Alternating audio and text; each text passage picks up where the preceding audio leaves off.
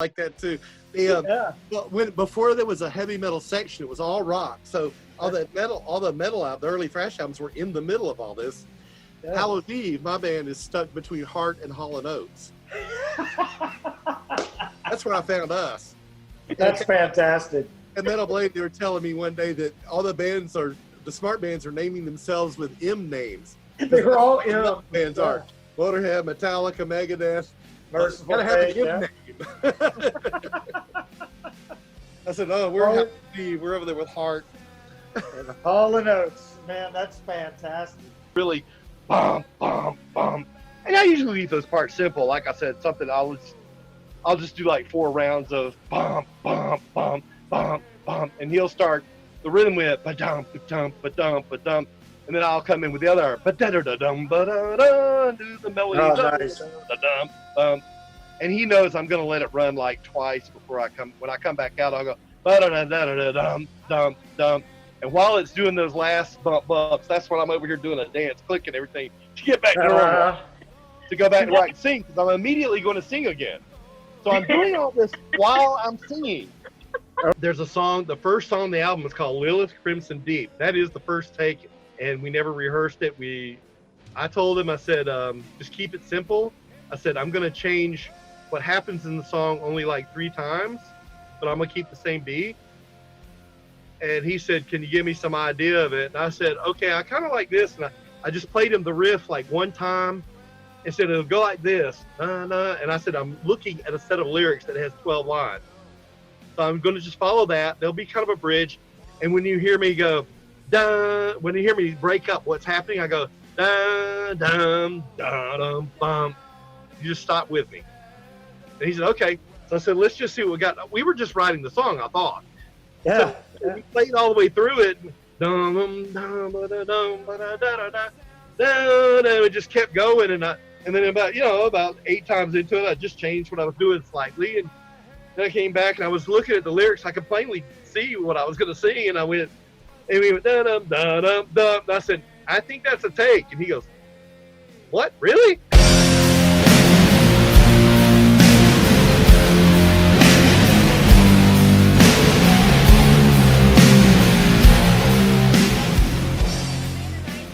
I hope it's nice, and I hope you're not going to be offended by my broken English, but I think that people will slowly get used to that. Yeah. Fine. Awesome. I think your accent's great. We all have accents. Look, I mean, my accent always, it bothers my accent. I never listen to my own interview. Once we record this, I will never watch it. I can't hear myself talk because I'm from the Georgia, the southeast U.S., and you have this very thick accent. A lot of people do. Mine is actually not as bad as people who are more rural than me. I'm in the city. Yeah, I got the same deal. I got a little bit of Southern on me, but not as bad as some folks I know. Yeah, you do. I heard you just did. No, but I think it's pretty. Like, I think the accent from where you're coming is really, really cool. So I don't know, but for me, I think people away from here find it interesting. I think if you're from here and you're old enough to have watched a little Andy Griffith show stuff from the 60s, you'll probably think I'm sounding like that. I'll have to show you. Callie, I'll have to show you Andy Griffith. All these great sayings too. Like let's see, like let's take it, Andy Griffith. Barney, you are a bird in this world. That means you're special. Exactly. Why don't you run up an alley and holler fish? That means somebody's just told you to go to hell. Yep. Everything's always over yonder. Saying what to do with it. Everything's always over yonder. Oh yeah, I say yonder. We're fixing to do everything, and fixing to, exactly. I say fixing a lot. I do too. I don't even realize it. Y'all should be a regular word. It's the plural of you all. It's a contraction. I don't even see it as a Southern thing. Why don't everybody say y'all? Yeah, y'all. That's the first thing you teach me, Randall. The y'all. And I was like, what are you Y'all. talking about? It takes me Y'all. time to learn the English. Now you want me to learn the whole thing again. I know that you say you all, so what is that thing? So it took me a while to get that. It's just common as the, or, and. Yeah. Because, I mean, properly, you would just say you. In context, it would be plural or singular. Mm-hmm. But we make it plural by saying you all, by emphasizing. And Yeah. we contract it, so it's y'all, and everybody says, isn't that the thing that, like in construction, you have this thing that's the y'all, and you. Oh man, if somebody told me to go to the garage and look for a y'all, I'd be lost. I would know. I like, why is there people in there? Exactly. So y'all is also as an object? Yeah. It's Yeah. It's like a Yeah. scraper thing. Yeah. a little like a ice pick. Uh-huh. You would go. You would scratch at little things between. It's a tool. Too complicated for me, the whole thing. I'm gonna stay with you all. Yeah, you'll have to ask somebody up north what the tool y'all is, because we don't know. So we have Tommy Stewart, and I made a small introduction for the people out there who don't know Tommy. And Tommy Stewart is a bassist, vocalist, songwriter, primarily known for thrash band Hallow's Eve. Hallow's Eve was formed in Atlanta, Georgia in 1983. Please, by the way, correct me if I'm saying something wrong. I took it from the internet. Founded by Tommy here and guitarist, vocalist Calator. This band is known as one of the earliest bands to pioneer speed and thrash metal. Tommy also bassist and vocalist of doom metal band Bludy Gyres. Am I saying it right, by the way? Bludy Gyres? We never decided ourselves. We often say Bloody Gyres. The funny thing is, if you ask Alexa to play Bloody Gyres, oh no, she just came on. She'll say there's no band called Bloody Jars or Gyres. He said Gyres, but then other people said Gyres, and I said, I don't know. I was. It should be Gyres because of Euros. I mean. Okay. We don't know. We just said it. And we thought it was fun to play with. How did you come into that? Before I'm going to continue with that introduction. So what's up with that? The bloody part was a play on just being bloody, so we had a U to accent it. The Gyres part was it's a gyroscopic, and so we decided that from some of our proggy experiments. That our music sounded like a bloody swirl of stuff. Yeah. Called it a bloody gyration or the bloody gyres. Or Okay. So that's what it really meant to us, a vortex of a bloody mess. We're going to get into that. We will talk about that as well. Because for Bludy Gyres, now I know how to say that. Negative Wall and Tommy Stewart's Direwolf. I hope I said that right. Tommy Stewart's Werewolf, yes. Okay, and we will, of course, put all the links for all the projects in the video later, and also in the comment section, so people will be, finding all that. I was listening to a lot of that lately, and I enjoy that very much, and I think people should, go and check it out. And okay, so Tommy, also known as the owner of Black Doomba Records. Of course, we're going to talk about that. And on the website, you can find a small compilation, right, of the different bands and music going on there, which we're going to talk about very soon. And again, highly recommend to go and check that out. I think very interesting things going on there. And at the top of all that, also a producer at okay, here I need your help. Producer Ogre. at Yes. Blue Ogre Noise Lab. Blue Ogre Noise Lab down in Georgia, Atlanta. I would want to talk about that here.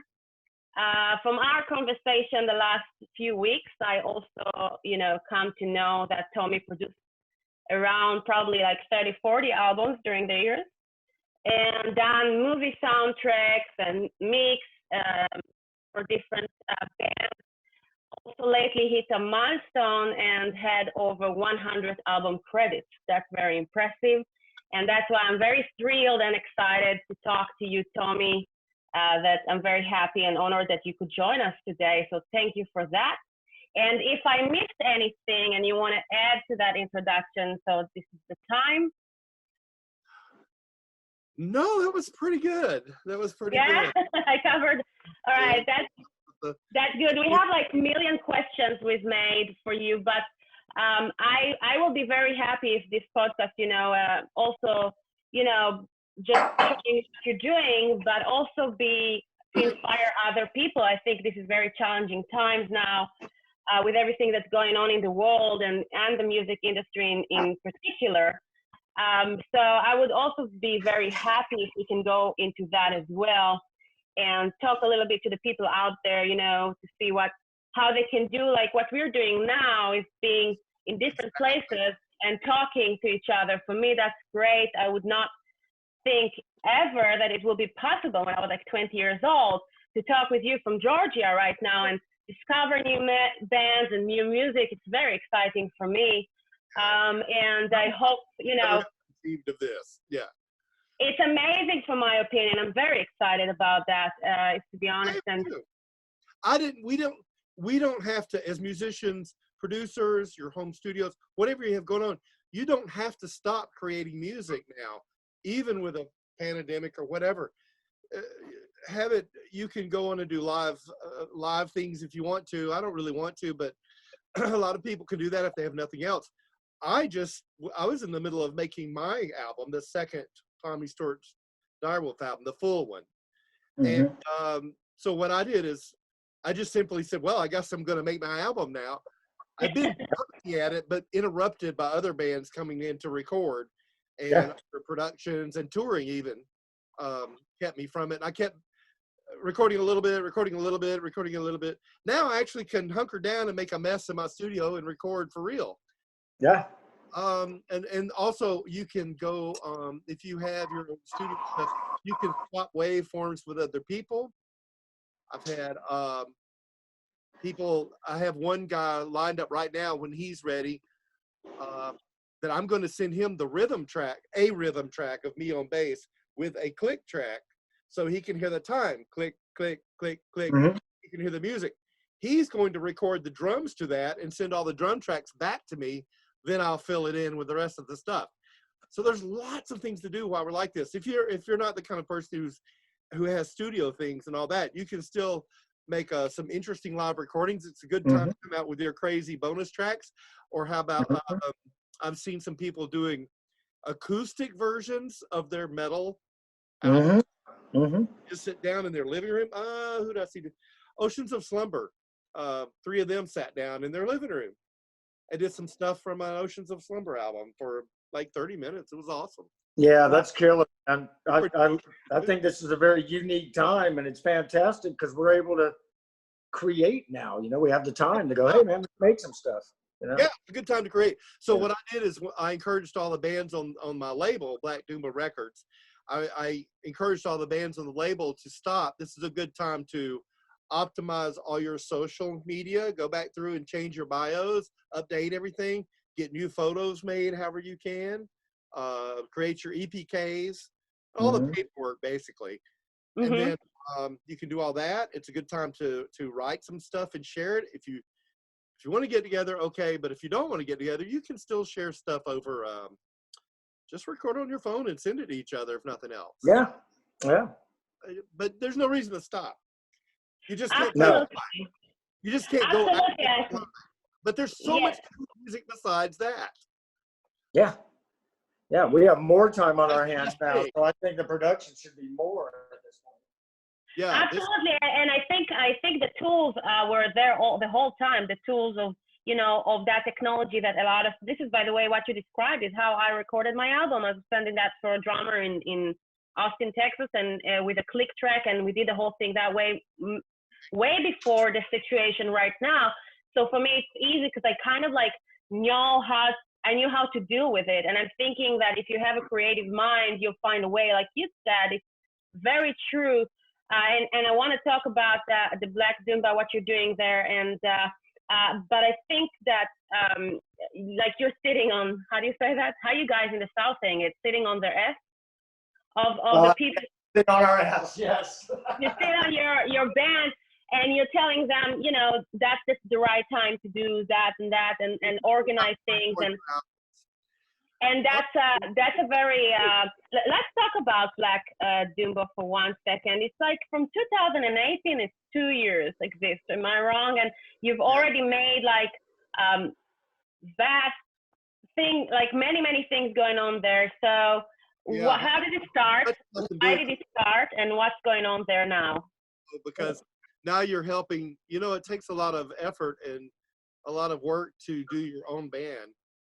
Well, when you jump in and start helping other bands, you're in all those bands in a way because you're putting together their EPKs, you're helping them through the processes. But what I tell them is I go, I've been doing this about 40 years. It's not that I'm doing anything that you can't do. It's just that I've already made all the mistakes you're about to make.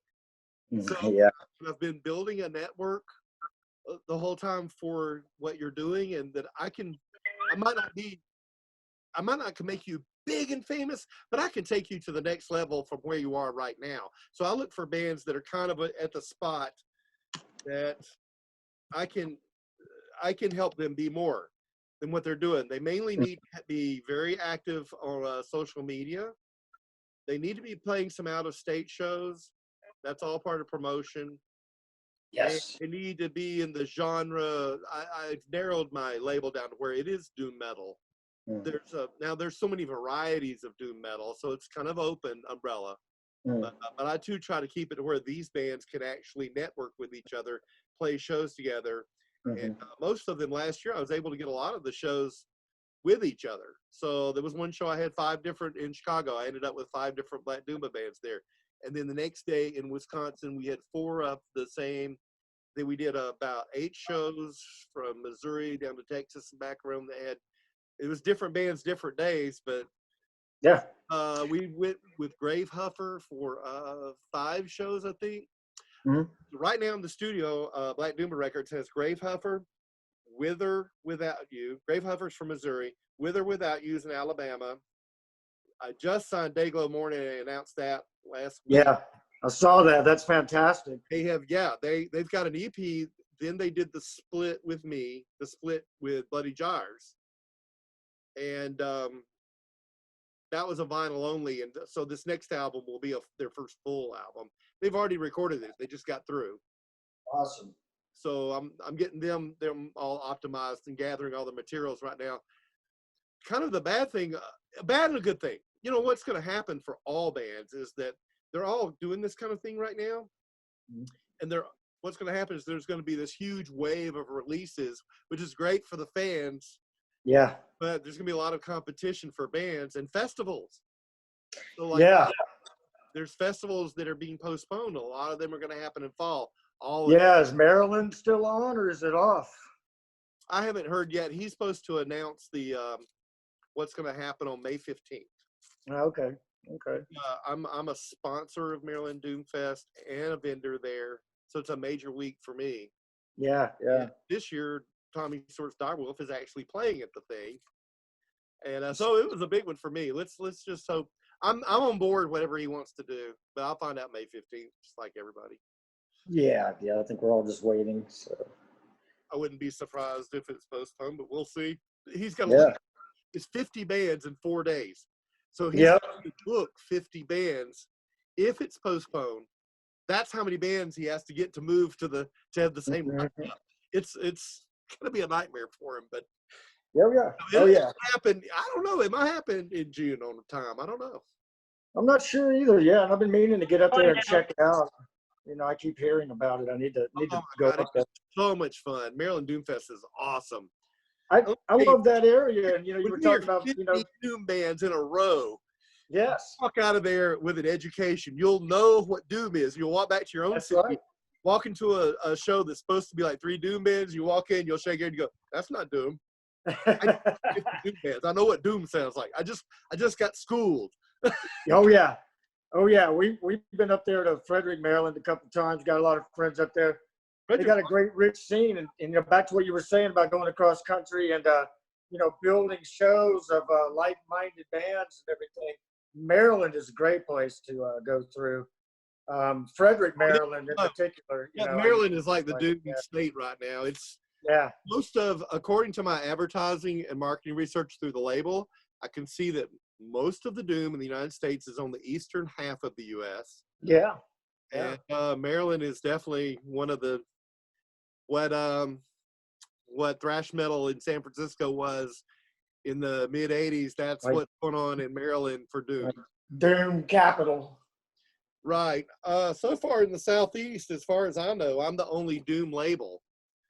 So there's not too many labels that are labels that have Doom, but there's not too many labels that are just straight up, strictly narrowed down to Doom.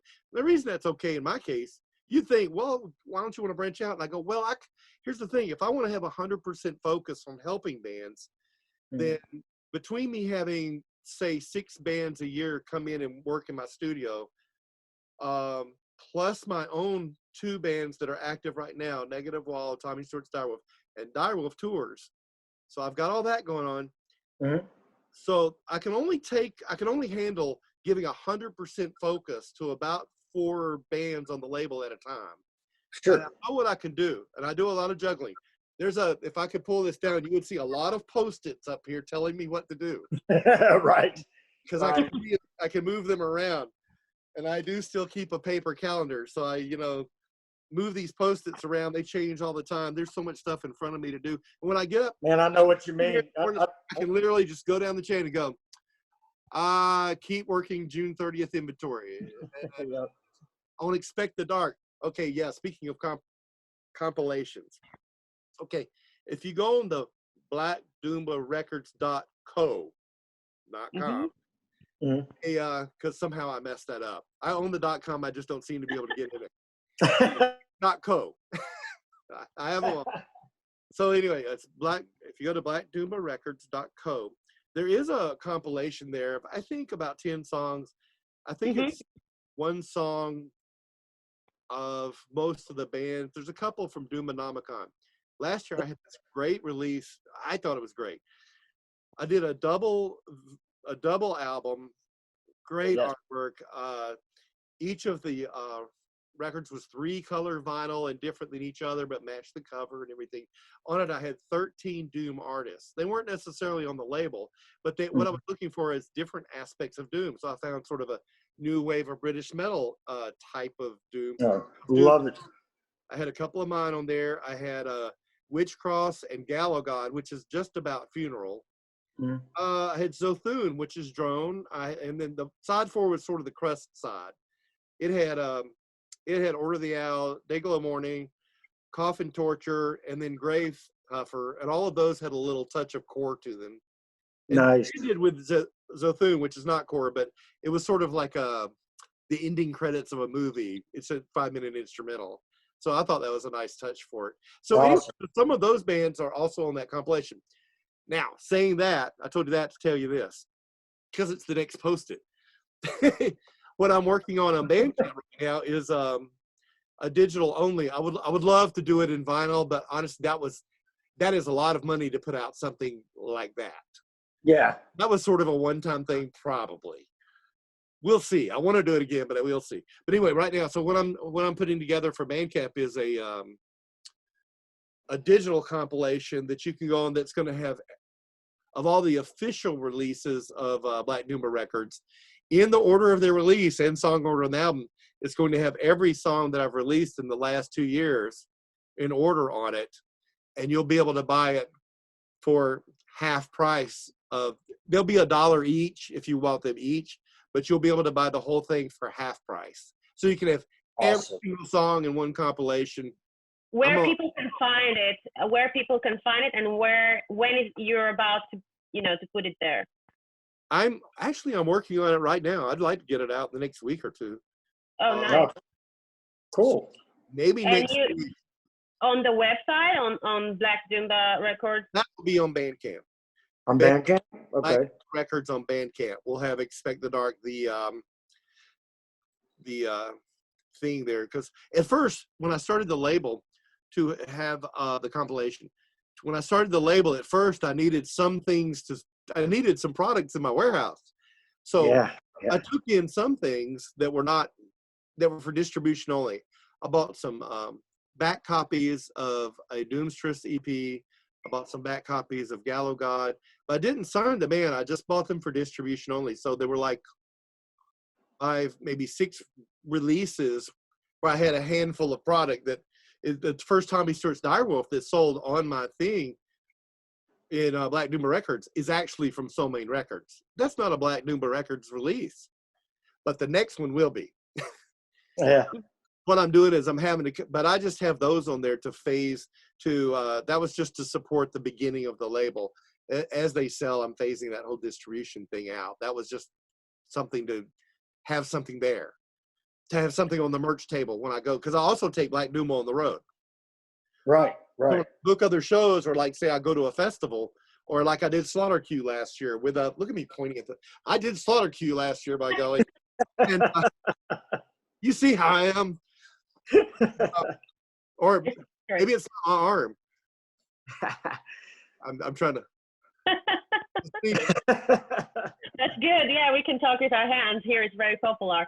So wait, but before that, so Black Doomba, it's only you, right? It's that you're doing everything around that, from distribution to your band. It's a lot to do, and when I don't know how to do something, I just have to learn it. I mean, and the same with the studio. And you know how much fun that is. Yeah. But during this pandemic, I went online and I found some online classes. I went to Pro Tools school, and I've been recording for 4 years. But while we're sitting at home, I went online and found some Pro Tool classes I could take.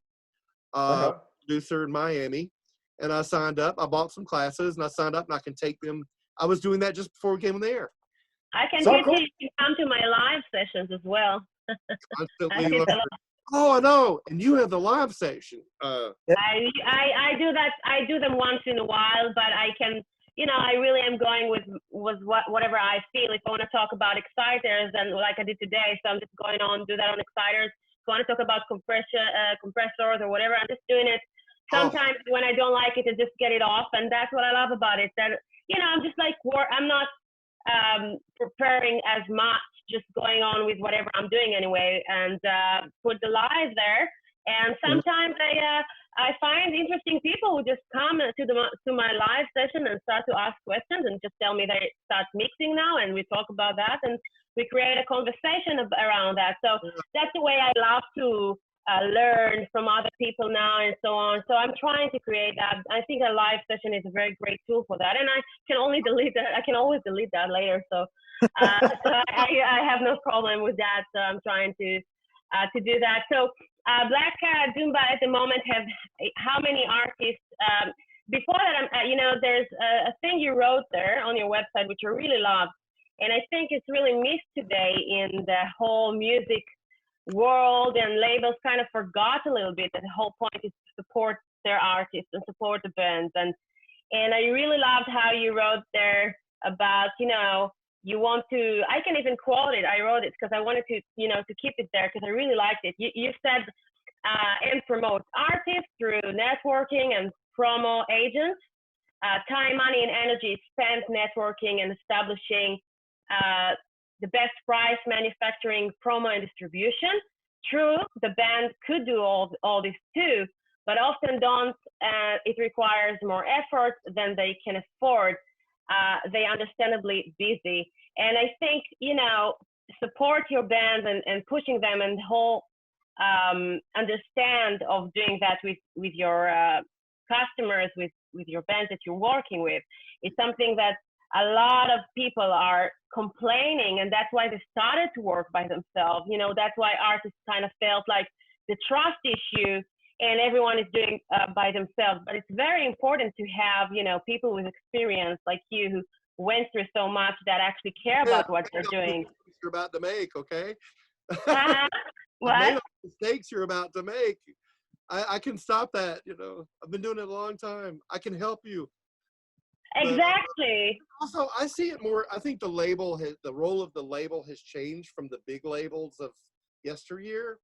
And Yes. I think of it more as almost a management service rather than we sign you up and then we tell you how everything's going to go. That's not what's happening. Right. So it's more like you're working with them and you're trying to provide. I love it when I see that they've gotten 30 reviews from working with me that they would not have gotten had I not arranged them or what. I love that. Yeah. They're so happy. They're having such a great experience with their album now. It came out. People are buying a few copies. They're seeing themselves in magazines and this and that. And I've gotten them some shows that they might not have gotten themselves. And they are definitely having a better experience than they would have had they not been with me. Man, from a musician standpoint, I think it's a service that is well needed and well appreciated in these days. Yeah. It's really hard to get the product out there to people's hands. You can play shows all over the country and still it's just, you need that extra push sometime, you know? You know, you can play around the country in clubs till 50 shows. If you come online, your music can be heard by thousands of people in one well-placed Facebook ad. Put a little bit, $20 down on it or whatever like that. And then you'll have like 800 people just heard your song. You'll see 743 through plays. Yeah. But 743, how many people were at your last show? 20, 50, Yeah. 40? Yeah. How many shows would you have to play at that and drive 8 hours to each one? Absolutely. 753 people to hear that song. Absolutely. People that, yeah. Sometimes the touring's fun, but it's probably not the greatest way to promote, really. You have to do it. You have to do it. It's a decathlon is what it is. It's a test of endurance in all aspects. I like it, but I think you can do an awful lot with besides that. Yeah, I agree. All you're doing is playing it. You got to make a choice. If all you're doing is playing shows in your hometown, then that's not really going to ever do anything more than that. If that's what, that's fine. But you do more than that. You got to do more than that. You have to you get away. You gotta get out there and hit it really hard.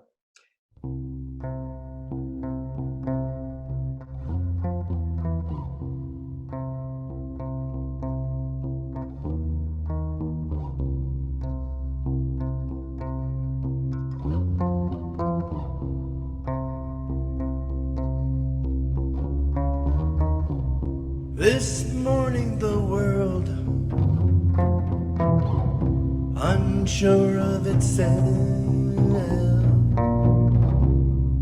boundaries drawn out in gray, like unfinished drawings forgot on a shelf.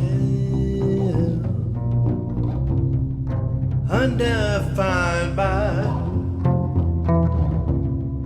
sun's warning rays.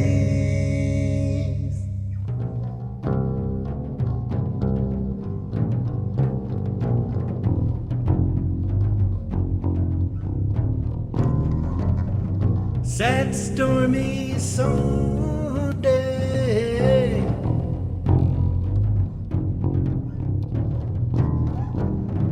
sad stormy Sunday.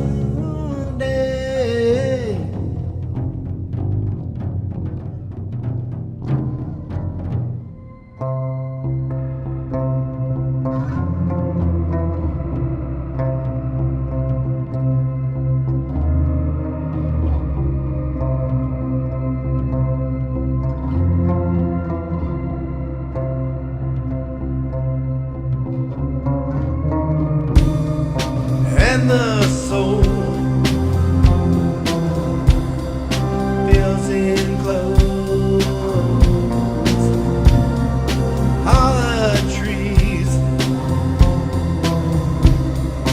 fucking cut down as the sculptor has surely done. And her face seems surely forgotten.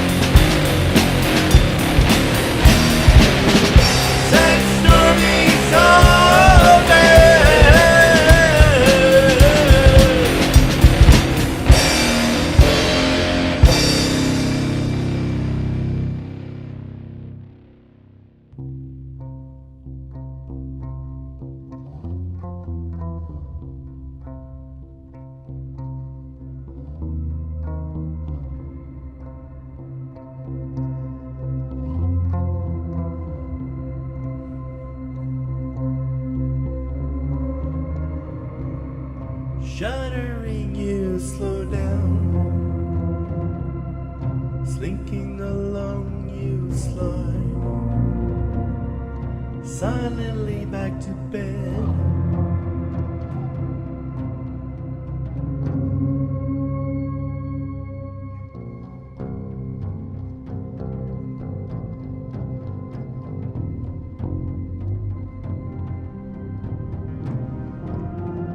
Sad stormy Sunday,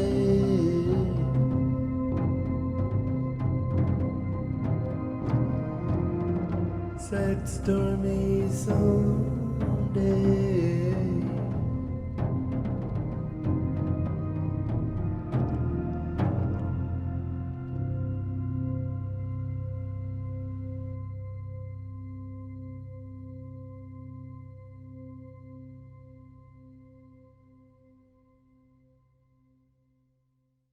He was going to talk about the that one. Okay. Yes. We wanted to talk about the artwork. So Without a question. There you go. it's Yeah, man, I love that. That's like so old school. It's got like, Wow. like some of those covers we used to see in the 80s, you know, Oh, is it? thrash metal. I never knew what I do. I do some art for fun, some painting. That's you did awesome. that for me? I never show anybody, but I've actually done 2 of my own covers, and this one had been sitting there for probably about 4 to 5 years, and it had a lot to do with the making of that EP, which is 4 songs on it. Uh-huh. The part of the reason that EP even came out is because of the painting. Oh, really? Right. What happened is I started recording the second Direwolf album 2 years ago. I've been recording it for 2 years. But what happened is I kept being interrupted, like I said, by so many things going on. Right. And as I was recording the album, I kind of had in mind that I wanted to do a more upfront, more aggressive album than the first one. Mm-hmm. Of course, experimental like I always do, but Mm-hmm. more you can move your head. It's not going to be all funerals. Right. So, but what happened is, as I recorded it, I naturally recorded some songs that were depressing, or they were slow, or they weren't really particularly sad. They were just gloomy, like Sad Stormy Sunday, which is a song about getting out of bed on a Sunday morning, looking outside. It's raining. There's a lot of fog around the trees. And you shrug and go, I think I'll go back to bed. That's what the whole song's about. It's not an exciting song. But after I realized I had and one was an instrumental piece that was just kind of hazy and whatever. And after I had about 4 of these, I had 2 or 3 others too that were more exciting. Yeah, the Black Sabbath cover on there. What wasn't happening? I was going, it's so much gloomy stuff. And then I realized, I was sitting here and I looked at my paintings on the wall and I went, you know what? These songs fit that painting, and I have enough to do an EP. What if I just skip putting out the full album and make these 4 songs? They do fit each other. Yeah. Like I looked at my list. I went, this one. These fit each other. Yeah. So, but they're all sad. So it's sordid songs for a cold gray sun, and I kind of imagined that the face on the album cover was the cold gray sun. That's Yeah, by the way, you posted lately the King Crimson cover, and that actually kind of reminding me that a little bit, like maybe the dark version of that. But it's explained to me. I decided to use it for that reason, because I thought somebody's going to look at that and think that's what I'm doing, and I'm going, I not really. Let me show you something fun. Beautiful. Before you're showing me something fun, I'm just going to say that the cover is beautiful, and also now you explained to me why I love this so much, because you know it is gloomy and it is very sad. I don't know if sad the right word, but you got that vibe there, which I really like, and I fell in love with this one. So the next album is way more energetic, and there's going to be some bass leads on there, some sections where I show what I can really do. It's not just the songs, and it's more aggressive and everything. The one if you look carefully on my first album, I did a song called the Porpoise Song. I put porpoises in things.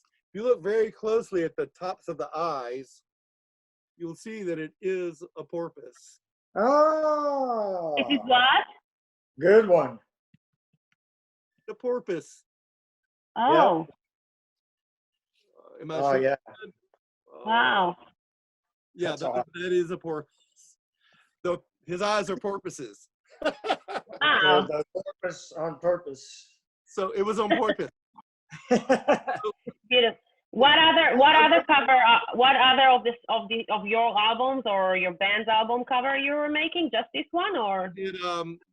There was one that I didn't really mean for it to be any kind of official album. It was called Clef Doom. It was before I called it Tommy Stewart's Direwolf. I just called it Tommy Stewart. And it was me experimenting with what if I did an album with no guitar?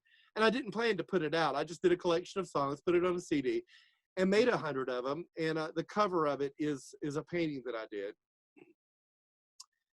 And I took that. I'm gonna show it here. I just went and handed that album out to a lot of friends around town and to see what they'd say. And I got some pretty good feedback. So I went and got a drummer, Eric Vogt. I went to the clubs, just started asking people and found Eric. He came in, we had a couple of rehearsals. It went well.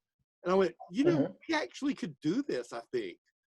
We played those songs in the rehearsal. I said, let's go play one time and see what happens. We went and played. People came up and said they liked it. And I went, I think we're going to do it. Yeah. The bad thing, because I called it Tommy Stewart, so I didn't really ever put it out. It just kind of got out here and there and yonder, And I finally put it on the site when I started the label. But I had to change the name from Tommy Stewart because there are like 672 Tommy Stewarts. Right. And there's musicians. So I couldn't even find my own stuff when I look it up. Right. There's I find like jazz dudes and all kind of stuff. And Tommy Stewart. And I was like, nobody's ever going to see this. So that's when at the time we were about to work on a first album. And at the time I said, Eric, we're going to have to alter the name. And I still want it to be my name because it is my solo project. And I said, I'm going to have to add a word to it. Well, I was a big Game of Thrones fan. So I was watching Game of Thrones one night. And I saw that Arya was talking about her direwolf. And I went, this is my pet. This is my pet project. Yeah. This is my direwolf. So it became Tommy Stewart's Direwolf. That's a great name. So it's a duo, or how you call it? You have a different name for that. You're just you and Eric? Duo. Well, Eric's gone, even though look, I just record with people. I just record all the time. I never really am recording an album. I just recording all the time. And then stuff becomes an album. So whoever that'll play drums with me, that's who's on the album. That's awesome. Eric ended up on the first album was all me doing drum stuff. The Tommy Stewart Clef Doom thing was me doing drum stuff. And then, not that I'm a drummer, it's just drum stuff. I was going to say, you got some drums on you? Whoa. Behind me. And as a matter of fact, there's a story there too. So anyway, Eric ended up doing most of the stuff right on into when Sorted Songs came out. Eric hadn't played with me in a year and a half at that point, but he actually did those recordings then. So he ended up on it. And since then, I've been playing with Dennis Reed. Now, Dennis Reed's been playing with me all through the touring. The minute Eric wasn't touring anymore, Dennis was. But I had all those leftover recordings with Eric. So on the next album, right now, it looks like there's 4 different drummers. Oh, okay. Okay. There would have been one more from Dennis, but since we're having the pandemic, one of the drum tracks I decided I asked about 4 people to do it. They were having problems with the idea of me sending them just a rhythm track with a click. One said yes, they never did. Stuff like that. So I finally just started working last week. I said, you know what, I'll just do it. So I'm learning to play drums just so I can nice every day with one of my older songs. I put on my older songs and play along with it. And I'm now actually playing some of my own stuff, and I'm going, okay. And then the new one that's a little more complicated, I'm having to do it sometimes pieces at a time. Like the blast, there's a section with a blast beat. I have to do the kick, then I go do the snare, and I go do because I can't really do it. Oh, wow. But I've seen that done before. Yep. Now I'm going to give myself drum credit because there are drums. I played them, and so it's going to say me. So this is like you're talking about the next Honestly, one. better. Huh? So you're talking about the next album that you're gonna do the drums on? The next album's it has one from Eric, a leftover from Eric. It has 4 from Dennis. One's an instrumental with no drums. Then the one I'm working on right now, well, I'm actually working on all of them at once. I still have to do vocal tracks for all but one of them. Mm-hmm. So I think 4 or 5 of them are done with everything except vocal tracks. One's done. Another one that I might not put on there, I might save it for the next album, is done because it's an instrumental. I don't want this has already got an instrumental in my opinion. So yeah, so it's anyway, yeah, it's just whatever needs to happen. If I need an instrument, then I will learn to play the instrument to put it on there. Yes. Right on. I need a cello. Right on. If I can't get a cello player, I'll just go rent a cello and scratch out a few notes and go, okay, I can do these 8 notes. There you go. I understand. It's just mechanics. Man, that's awesome. Yeah, do you play drums? Man, you know, it's funny. I started on drums in school bands and stuff way back in the day. But I was trying to run before I could walk. You know, I wanted to be Nico McBrain, trying to learn those damn Iron Maiden songs. And then after I saw Metallica open up for Ozzy in Fort Worth, saw Cliff Burton, I quit drums, man. Switched to bass. Yeah. If you're going to record a drummer, it is good if you've got access to a set to sit down and try to play some simple, like, say 4 different kinds of simple rock beats. Understanding for what they're having to do and how they're having to reach for certain things. And so when you're directing them of how you want your song to be, if you want to be directive, if you need directiveness to them, you can understand what they're when you say, do this and do this and do this. And they go, I don't have 3 arms. I know. You know, if you'd sat there and done that, you'd see what they're going through.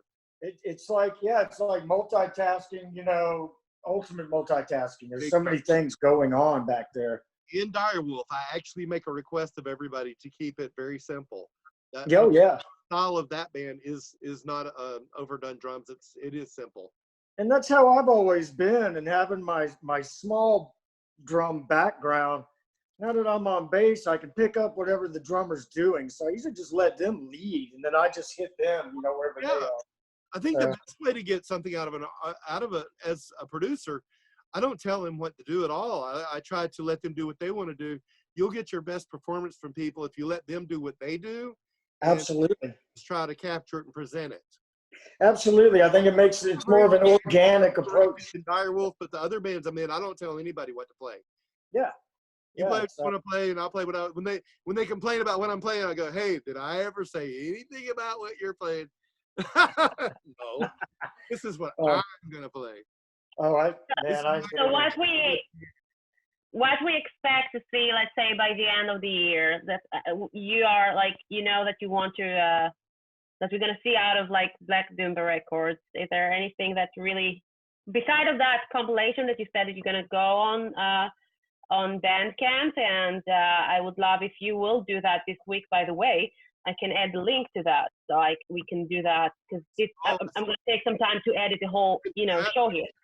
I have 12 more songs to put on there and a couple of things, and the artwork is simply the old logo because I'm about to have a new logo.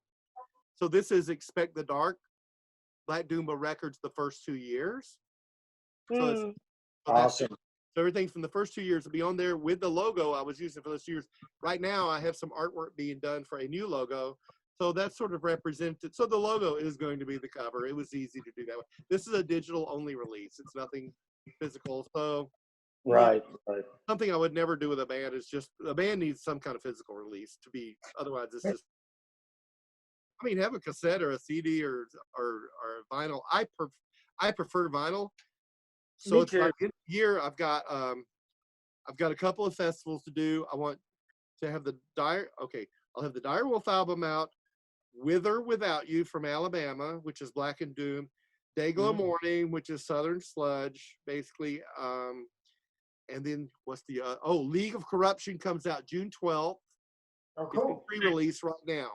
If you go on there right now for $8, you get the CD of League of Corruption, which are actually from Vancouver. Wow. Oh, sweet. Excellent. Vancouver, and so they're a Canadian band I have. Very, very cool. what's funny is they are the most Southern sounding band I have. They sound like Nerd picked up some guitars in 2018 and became That's a new band. great. Wow. Their beard, Unbelievable. there's something in the water, and don't mess with me, and all this kind of stuff. They're awesome. It's Vancouver is in southern Canada, so I guess there's a little bit of that going on. Well, there's one cool connection with them is Brian Langley, the guitarist, is actually the vocalist for Canada's Aggression. Oh, which okay. is probably one of the top 10 thrash bands in Canadian history. Okay. Connection. Wow. This is sort of one of his projects. So that'll come out in June. So I've got Dig of the Morning, With or Without You, League of Corruption, Tommy Stewart's Direwolf. And I think that'll be it for Black Doomba Records. And there, I've got about 3 bands booked to come into the studio from July forward. I can book from July on, but I've told everybody, I go, no, I'm not right there. They're like, oh yeah, because the pandemic. I said, well, also because now I'm steeped in recording my own album. So I've basically closed till I got to do my album. Yeah. Blue Ogre, that's the studio. And it's blue. Blue. It is blue. The first thing they always say is, wow, it's beautiful, because I did see the pictures that you sent me, and I can tell you for sure what I love about what you showed me is that you can almost right away see the vibe of your place, your studio. And I think, as someone who works with artists, and I've been in so many studios, and I saw so many studios, and it's kind of my hobby is go, looking for people's studios and the materials they use and the acoustics they use. And it's all nice, but if you don't have a place where you got that homey, cozy vibe, people will not want to go there again. And I think you have some place, we can see a little bit from here, from the video, but also the pictures you sent me. It's a very nice studio. Are you working on a little bit of analog, digital? What is it that you're doing? You're mixing yourself, right? Or? Yeah, I'm all digital. Of course, I grew up on the analog stuff. We did tapes. The early Hallows Eve was hard to do. It was on tapes. Death and Insanity was actually done with 2 tape machines, 2 8-track tape machines. So every single time that you had to do a different take, or hey, I got to do that one note again or something, you didn't want to be the one that said that, because we would have to stop it. Take a razor blade, find the you have to move it back and forth manually. Find that spot and hopefully cut it correctly on the spot. Re-tape it together with actual tape. Then we line both machines up, because they would once you stop them, they would spin differently than each other. So every time you started again, you had to line them up musically to be the same, and there was always like a little more reverb than you intended to be, because they were playing slightly different than each other. Oh wow! So Isn't it crazy? The labor going on. Isn't it crazy how everything is so easy today? People don't even get that. They don't.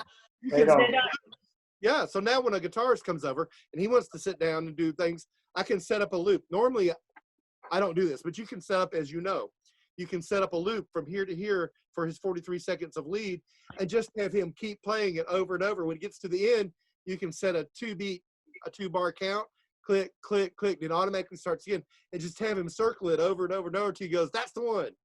88 takes later. Yep. Yeah. But that's not what I like to do. What I like to do is set up 6 tracks at a time and have them go through it, each one. And when we get to 6, I like to, it seems like that's the magic number. I like for them to go back. Always 6.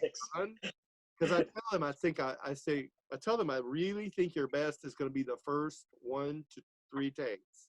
And when you do that repeatedly, I think you're going to go back. We'll go to lunch or walk around the building, come back, and you'll hear that and go, yeah, that's pretty good. I go, the first one that you said sucked? Yeah, that's the one.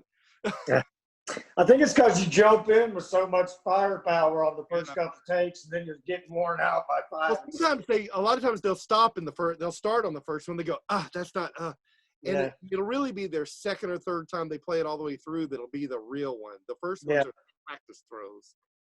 Yeah. They'll usually stop in the first one because they don't feel confident.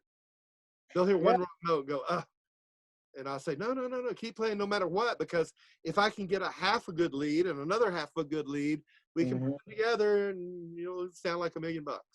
Yeah, absolutely. Exactly.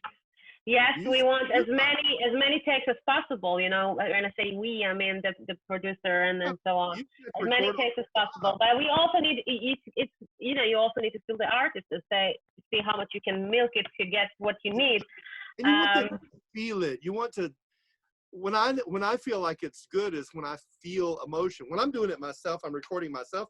I'm actually sitting at the board with the keyboard in front of me and everything, so I can't really like do it at the same time. But when I know I've done it, it's when I feel like I meant what I played. It's not just clinically good. I'll go, that was that, and they'll say, "Are you saying that?" And they'll say, "Well, your voice scratched at that one part, and you went out of key at that one part, but it was only one part." I go, "It doesn't matter. That's the one that I meant." Right. That's the one.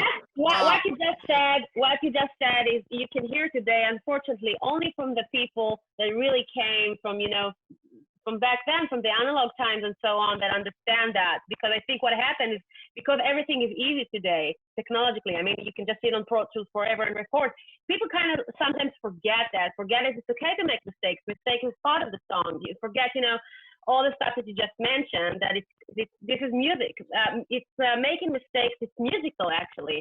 Once you have the whole, like you said, that it was feeling right. And that's something we kind of lost a little bit because of the fact that I'm just going back to what you said about the tape. People, because of that, because of the long process of doing cutting with everything, people actually needed to know to play. Like you could not spend the label money, going to the studio over and over. You needed to know how to play. You need to be on them. That's a major thing. Now I don't know how to play, so that's okay. But people needed to know how to play, because if not, it's going to be a long, very expensive process. I sat down for Monument. I came in one day. The third Hallow's Eve album was Monument, and I came in to do my bass part. I sat down. They rolled the tape. I just played through them all. I think like one had a second take. I just sat down and played it. On the next tape. Played it, next tape, played it, next tape, play it. Then I packed my bass up and said, "See, there it is. Bye, see you." Yep. And there were things on there I didn't mean to play, but it was okay. So I just went, "Okay, see you." It sounded fine. Yeah. I didn't have time. I had to practice it. So you had to. The idea, the band had to come into a studio back then, very well rehearsed. The first Hallow's Eve album, we recorded it in a total of 12 and a half hours. Tales of Terror, and it is literally live. And the studio is the size. We did it in 2 different places, but one was the size of a gymnasium. It was like a half a gymnasium. It's called Access. Oh, okay. The band who recorded there just before us was Saxon. Oh wow, amazing. So it was Axis, and we came in, and it was the old. This is how old school this was. This is way back. So we all were in the same one big room and had baffles. We had like shields around each of us. We're all standing in the same room. Like jazz. That's how they recorded jazz back then. Yeah, but it's more like a rat maze at this point. We have 2 mics over him, one on either side. That's it. And so where you were positioned and everything decides how the whole thing would sound. So on the album, like if you were to listen to the actual takes and listen to each track, you would hear tons of bleed over on each track, tons of it. There wasn't much talking to it. You came in and you played it and you made it sound like it's going to sound. And then when you listen to it, you go, it's time for the mix. 10 minutes later, you go, there it is. Yeah. I think live recordings are actually, if you have a very good room, I would love to see the pictures of that studio. But if you have a very good, taken care of room, studio, a live recording can sometimes even be prettier because of these bleedings. I know a lot of people would not agree and want to clean everything, but not necessarily. I don't know how it's like with thrash because of the heavy guitars and everything, so it depends on the size of the room and everything. Yeah, but I get bleed over sometimes. I think I've heard a lot of live recordings that I actually liked more than all the long productions and cleaning everything. There's something very organic, like just capturing the room.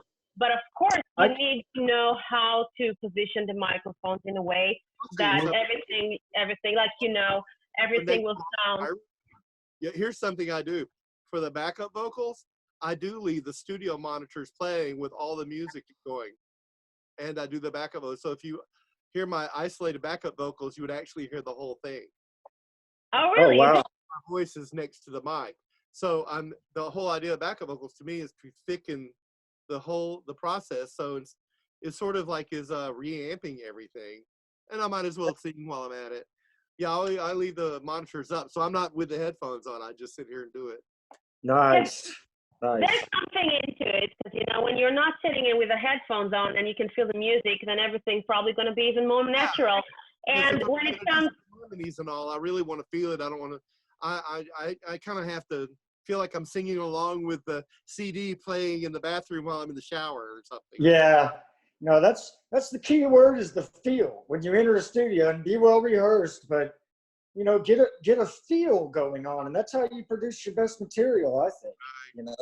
The you output. have to have the feel, and I think what's sad today is that a lot of people, I was talking about, I was saying like, how people needed to know how to play, because, it was expensive, studio time and reels and everything.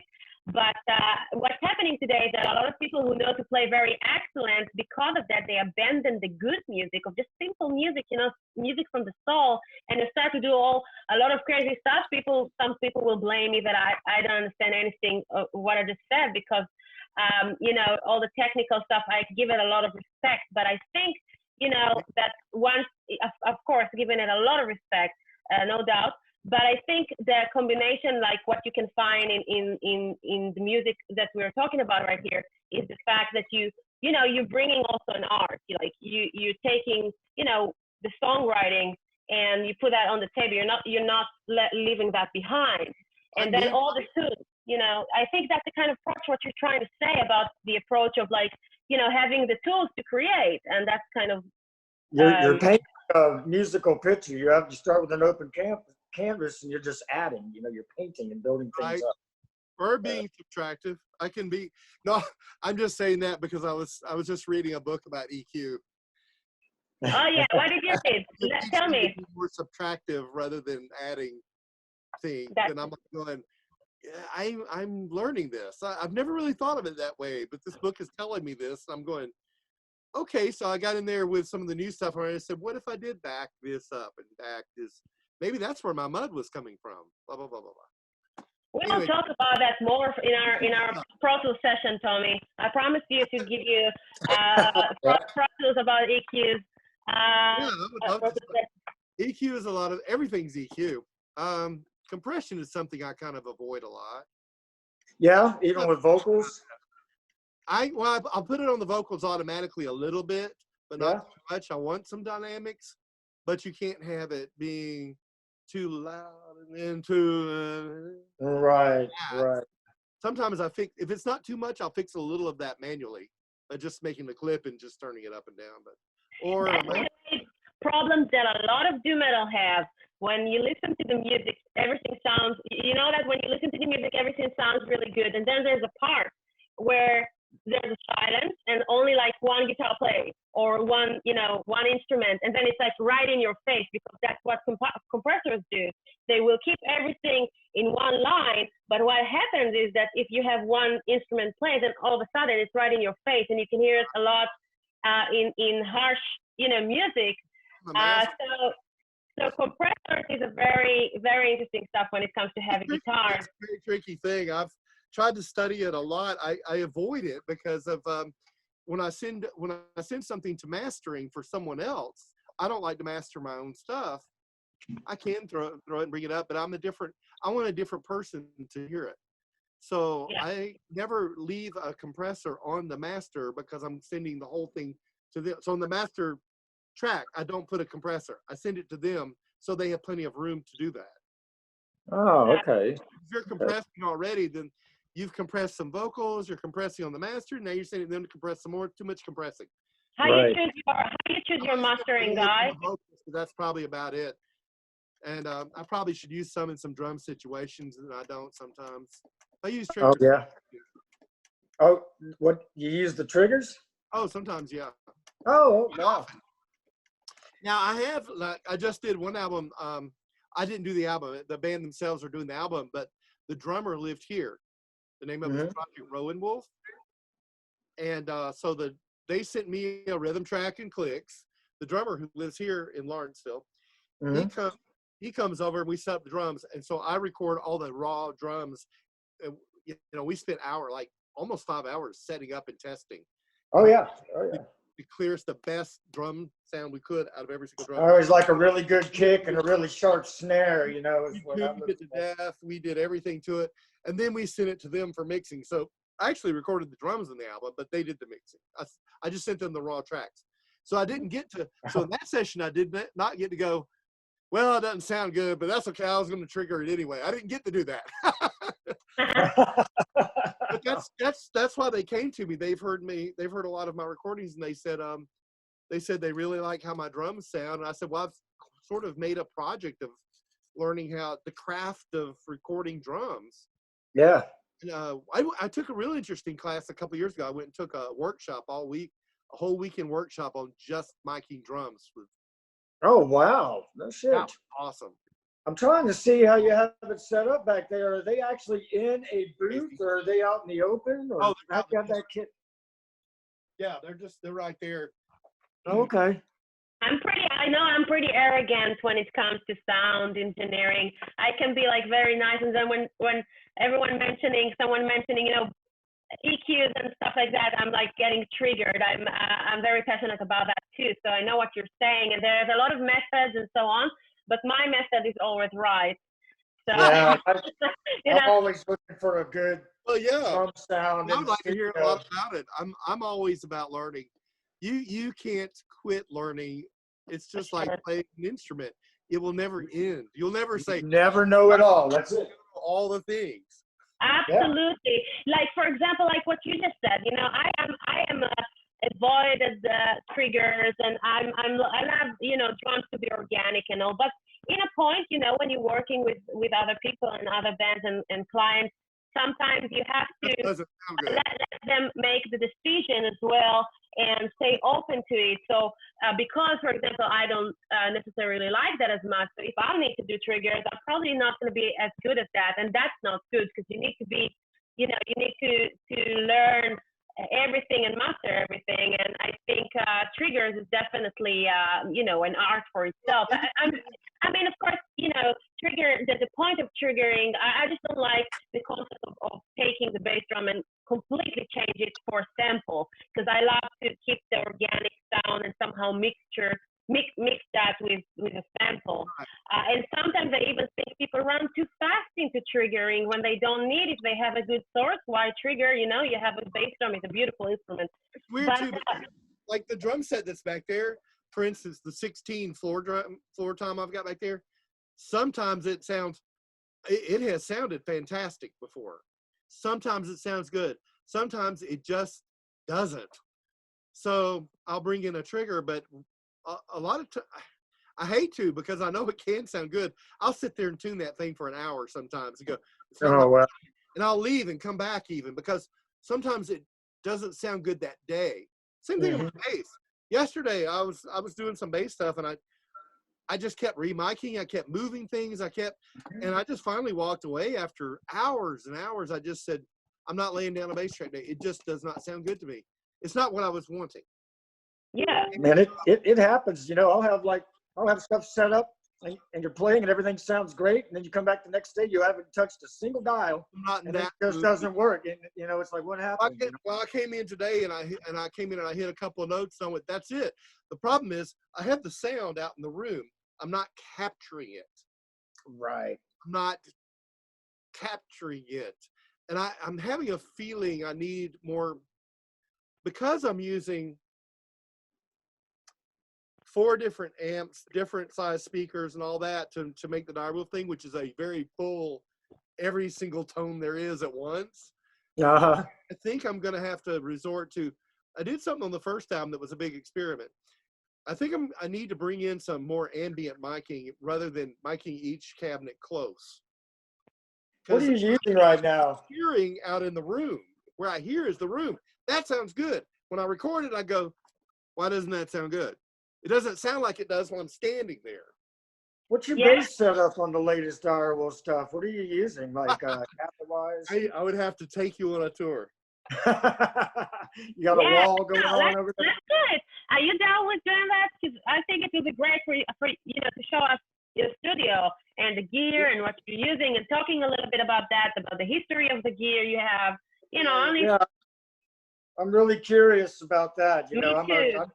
I'm a gearhead when it comes to the bass stuff.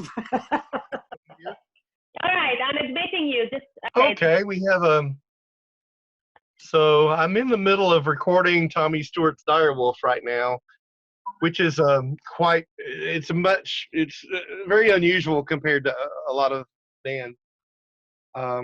Just for the heck of it, this is the speaker situation here. Now, see, I've got all these speakers and things going on here. I really mix mostly just with these. This is for the end, to replicate like a car stereo, what people really listen to music in. Nice. That's what that's for. Yeah, I remember the days of recording something. Home. You run out to the car and listen to it. And see that thing there? Is that showing? Yeah, Yes.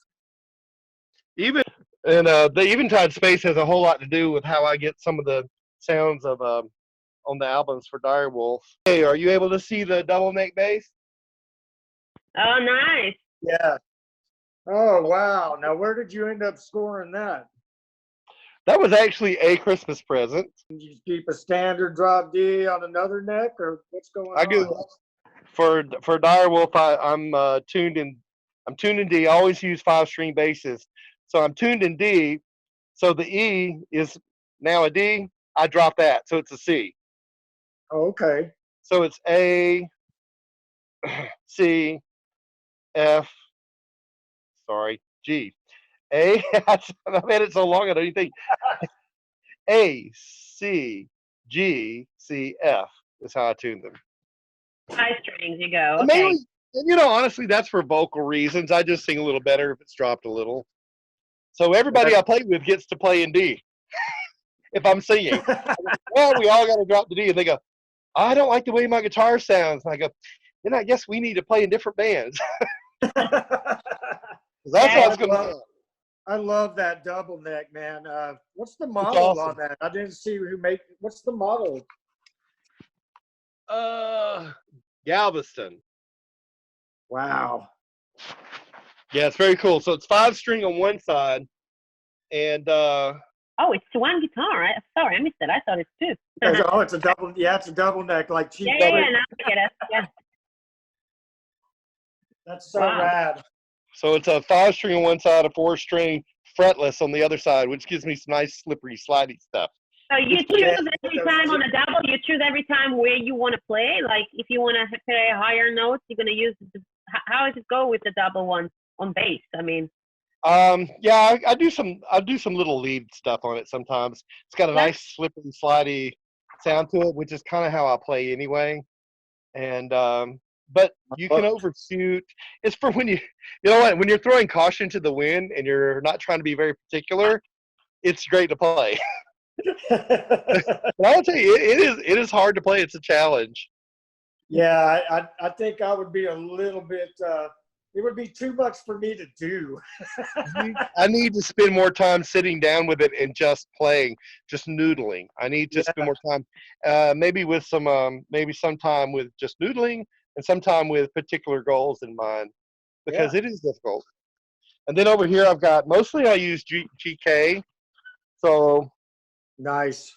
So I've got an SM57 on this particular combo cabinet. And what it's 2 12s. Huh? What is that combo cabinet? That's Galen Kruger. It's 2 12s, and it's and it's got an SM57 on it. Here, I have also two 12s with an Audix i5 on it. And the reason is because, and it's also a GK amp. The amps, so they're 800 watts. This is a very loud setup. So that's 500 watts. This is 800 watts.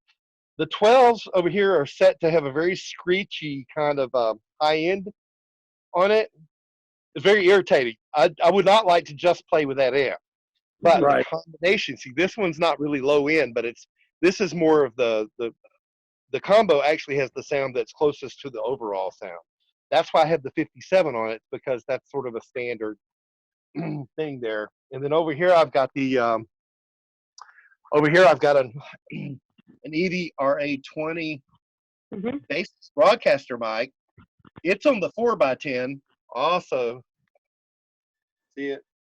Oh, Yeah. wow. Yeah. Also GK and same amp.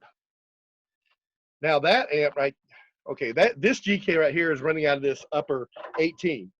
The 15 is not mic, but it's ambient in the room. It needs to be there. Uh-huh.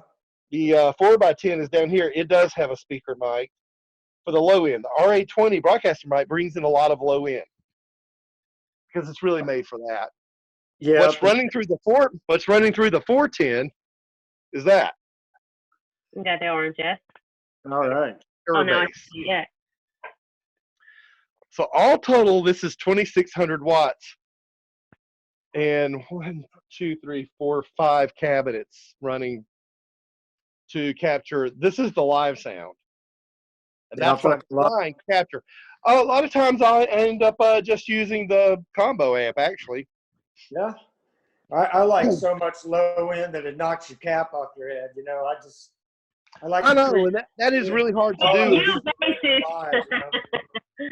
Because I have because I need a lot of the high end too to do a lot of the things. A lot of the things I do involve flipping from tones to tones in order to have low end and then have high end me play little melodic parts while the low end still exists. The way I do that, it's really weird. I have a bunch of delays. Mm-hmm. And as you can see, I've actually got an Ampeg going too over here. That goes strictly to the one. That goes strictly to the one low end cabinet. That is actually going through the orange and into the 4x10. Mm. And so what I do is so when I play stuff, a lot of times I'm playing a thing. I have a lot of delay on it. It's kind of monotone. Then while it's doing that, I take my wah pedal and I go up, I take it real high, and it engages some of the, look at me trying to tell y'all in the mic. When I get over here, I start talking like this. Yeah. Automatically. It's so funny. So you're taking your bass. So a lot of times, so what I'll do is I'll play the low end rhythm. I'll hit the wah pedal, take it real high, and I'm playing that part over what's still lingering with all the delay going. So I'm playing in the highs. I'm playing in harmony with myself. So you're not running like a looper or anything. You're just going. I got looper too. Delay. Yes, I have right there. Oh yeah. So I can loop it. I can set a rhythm track, loop it, and I got to do it exactly in time, or my drummer gets messed up. Right. So you all of a sudden he's playing a 9/11 time instead of 4/4. Right. Right. And we practice, like sometimes we practice with me messing it up a little bit on purpose, so we can see if we can get through it with it messed up. Yeah, that's good because a live situation. It will mess up everything. So I can start a rhythm track, and then I'll click over to, like, say, an octaver, and I'll actually go clean, take it to an octaver, and then do kind of a wah lead thing with the clean part. With the other part, really bum bum bum. And I usually leave those parts simple. Like I said, something I'll just do like 4 rounds of bum bum bum bum bum, and he'll start the rhythm with ba-dum ba-dum ba-dum ba-dum, and then I'll come in with the other ba-da-da-dum, ba-da-da, do the melody. Oh, nice. Da-da-dum. And he knows I'm gonna let it run like twice before I come. When I come back out, I'll go ba-da-da-da-da-dum, dum, dum. And while it's doing those last bumps, that's when I'm over here doing a dance, clicking everything to get back to normal, to go back to where I can sing, because I'm immediately going to sing again. So I'm doing all this while I'm singing. Oh yeah. Right. And You wait. So you record? You like to record? Tell me your bass. I don't know. You said you also put your bass through the orange, right? You like to record the bass while singing, or you just sit down and how do you do that with when the drummer there? You record it live. For this album, I'm doing everything separately. This album sounds much more like a studio recording. Yeah. Okay. The first album of Tommy Stewart's Direwolf, which was called the self-titled Tommy Stewart's Direwolf, we actually did record that live except the vocals. Yeah.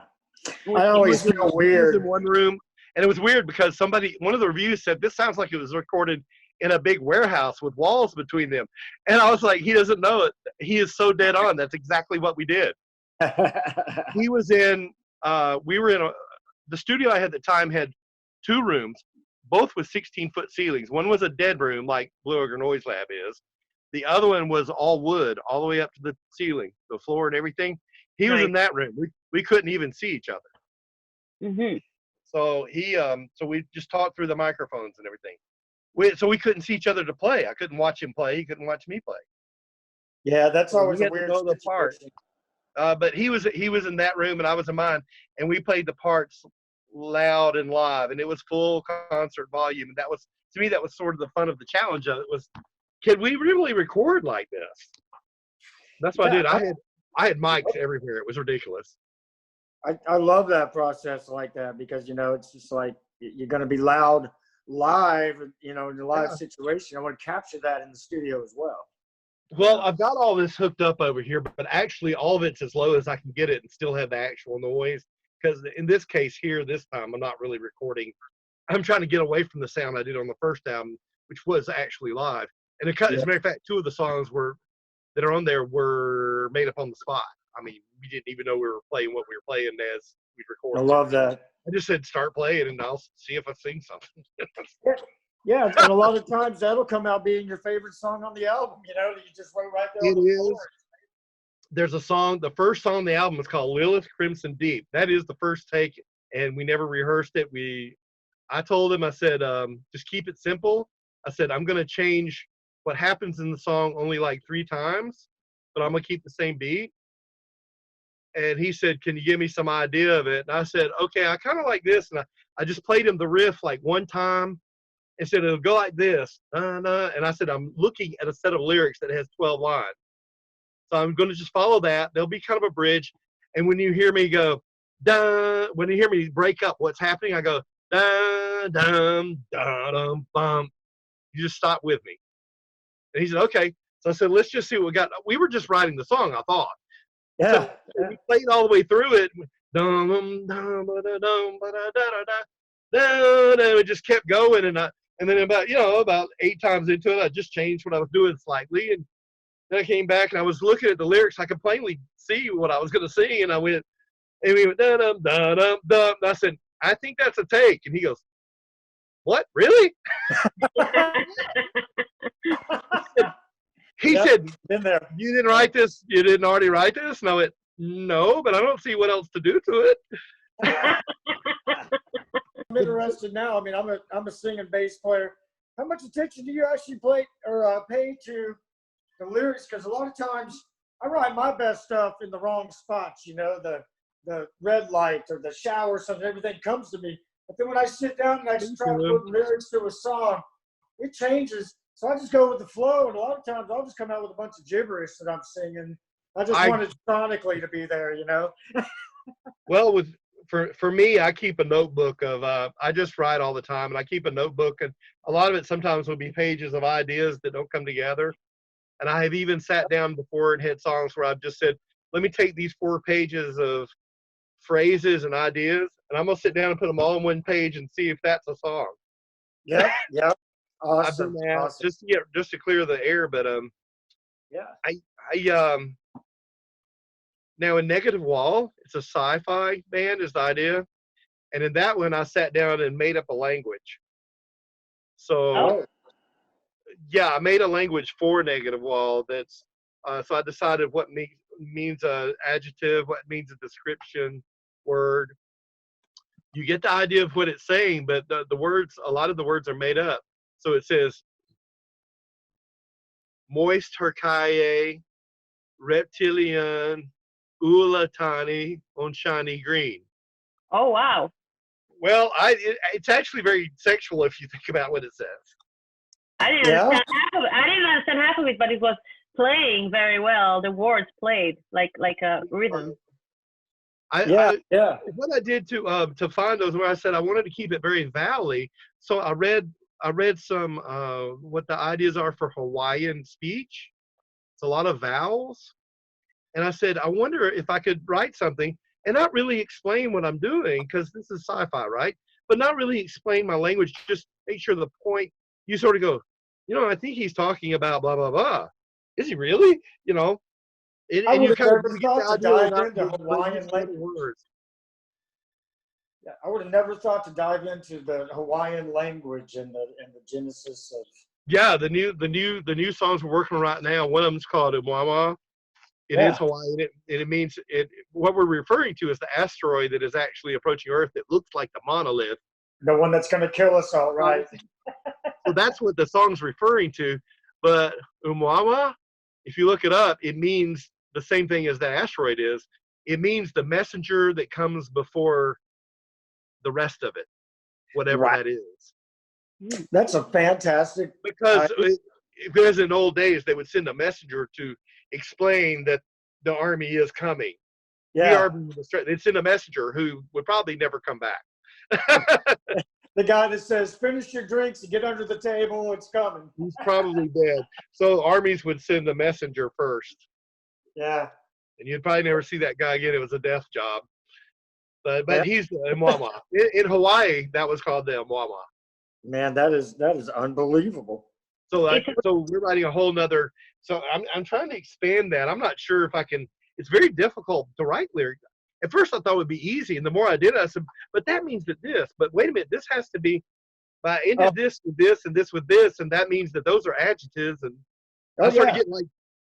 So then I started looking up all these made-up languages and other things. What do you got? You got it in Star Trek. You got it in Game of Thrones. You got it in Star Wars. There's all these made-up languages, and I was like, I can do this. Yeah. I can do this. Man, that's unbelievable. I never even thought about that. And lyrical. I got scraps of paper all over the place, so I end up doing like a William S. Burroughs cut up. Do you have preferences to try to words? put things together, but I never end lines with the letter R or a consonant. Oh, because they're generally hard to. Because when you end a line, if you want to hang on the line, you need a AIU. I defy the law by Bloody Gyres. What's not gonna work if it's an R? Because the door. I think that's why in Stoner Rock and Doom we use a lot of yes, yeah, and then you throw in a yeah anywhere. That's true. That's true. Yeah, the higher notes on A and E are very tricky because then you fall into the throat. So that's why in the classical singing they teach you. I know because I was from very young age and in choir they teach you to do and like in French because you're not saying because it's like so you say and then you can go smooth from. But I think it's better to just put R there and then you're like and everything is Yeah, I never thought about when vocals I used in the word this kaye, way. the was fine. I think that's how that got changed to kaye instead of ka, because I think I like the kai. I wanted one more syllable there, but I didn't want to go into kind of the E sound is terrible. Yeah, E. Yeah. Yeah. Because E is putting you into like a whistle kind, all the inside of your mouth, like E. But when you say E, then you can go to higher notes and go to head voice. without that break into the throat. Like he. So that's part of the classical learning. Yeah, it's just another technique, but I mean, there's a charm in that throat when it comes to heavy music, of course. But you still want to protect yourself and still get to that, nail that higher note there. So what you said is actually making a lot of sense, like using R or E, like different. Terrible, yeah. Or to end in a consonant. I honestly, I just try to keep very vowel-y. Because to me, singing is basically you're saying you're projecting a lot of vowels and interrupting it with your consonant. Right. Over and over, but most of it is the vowels. So not that I'm some kind of great singer, believe me, I don't think I am a vocalist only because nobody else is doing it. Yeah, by default, exactly. I know what you mean. Not because I think I'm so good. And guitars, I picked a guitar because I couldn't find anyone normal in their head to actually making music. So I said, fuck it, let's do the guitar. And then I said, fuck it, let's just learn production and engineering. And then, that's how you find yourself doing everything eventually. Yeah, that's what's by the third audition, you're like, fuck it, I'll do it. Everybody, I've been asked how did you come about the idea of starting a label? I said, because when I started Tommy Stewart's Direwolf, I got turned down by about 8 of them. Yeah. And I went, well, you know what? Fine, I'll just do it anyway. I'll just make a label. That's maybe the smartest thing, of the way you just said it. Because, a lot of people give up. A lot of people give up in some way, or, they said, okay, I'm not good enough, or I haven't, been chosen by, which at the end of the day, it's all business, and sometimes you don't understand one lesson and you understand it like 10 years after. But in the meantime, you can do things by yourself. You actually need to do things by yourself because that's how you learn. And I think that's a great thing what you just said. It's very important to keep on doing. Like there's always opportunities and there's always things that you can do. And if no label wants to help you, then do it yourself. I never tried it. And with my life, I never even tried to approach no one because I stuck here and obviously. But what did you tell me? The reason I avoided for so many years doing a label is because I knew I knew how to do it. I knew what was involved, and I knew it was a lot of work. I don't want to do something poorly. I want it to be good. Yeah. So I avoided doing it. It's not it's like if you're a good mechanic and you could build a car from scratch. It doesn't mean you want to go build a car from scratch. Absolutely. Exactly. Now you're right, but I'm saying it for like people that like you said, they tried and they really want to do what they want to do, but they keep saying like they can't find someone to help them. So I'm saying like keep doing what you're doing and do it your way. You might even one day inspire someone that was like you to do the same. So of course I'm with you when it comes to if you find someone that can help you, why you don't need to do all the work yourself. There's a lot of things that you can focus, like writing music and do other stuff. Why starting to do? Yeah, so it's always good to go like you said with the mastering, and I'm also thinking like that. Of course we can do that, but if I can have another ear helping me, or if I can send it to another guy to give me an opinion. I do that a lot. Yeah, it's for very important. For the studio, for mastering, I just don't. I don't really have time. It's not, and it's probably better for other ears on it. So I have certain people I like to send it to mastering. Also, like within the label, I do have other people helping me. But instead of hiring employees, what I do is I hire people who can help me. I hire the service. So I might hire a press agent and say I need a 3-month campaign for this project, this band coming up. Pre-release is on this date. The release date is on this date, and so 2 months of pre-release. I need 3 months worth of campaigning. How much would you charge me to do that? And so I hire people to do that. I often hire people. I majored in English in school, and I still hire rock writers to redo. When the bands get with me, they give me their bio, and I send it to a writer to redo it in a more sensationalized way. Because it's when you're own bio. So you're talking about in the third person. Well, they did this, they did that. You're the one writing it. Yeah. And they don't want to. They feel a little uncomfortable writing sensationalized things about themselves, and maybe tooting their own horn. It's much better. I'll send it to a writer. I know writers who work for Metal Injection and other magazines, and I send it to them and pay them a small fee to rewrite the bios in a more exciting way. Yeah. And Yeah, probably you more gotta- concise. More Your concise. marketing, you know, you got to throw the fishing rod out there. So you know, yes, reel I people do in. bring other people into it, and I do delegate stuff out, and I can't do Yeah. it all. And sometimes a lot of people can do it better than me, so I go get those people. I never thought about sending it off to a writer, and that's amazing. My father, you know, was an Hey, English look, teacher. I'll for charge you 40 like years, 50 so I bucks. know the English language, but sending it off like that to somebody else, that's never thought about that before. Yeah, just contact a writer somebody that you like their writing, that reviews in magazines, and you see how well you enjoy reading their reviews and consistently. Contact them and say, I have this band that I'm working with or whatever, and would you write our bio? Yeah. They'll usually charge you like 50 bucks, like I said.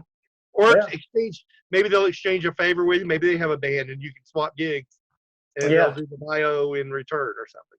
Well, it is important, and I've always been taught, you know, you got to suck people in from the first line or the second line of your bio. Yeah, they know how to write like that. Get it right there. They're not going to read the rest of it. And they'll leave, like one of the mistakes a lot of people make is they have they're from their town.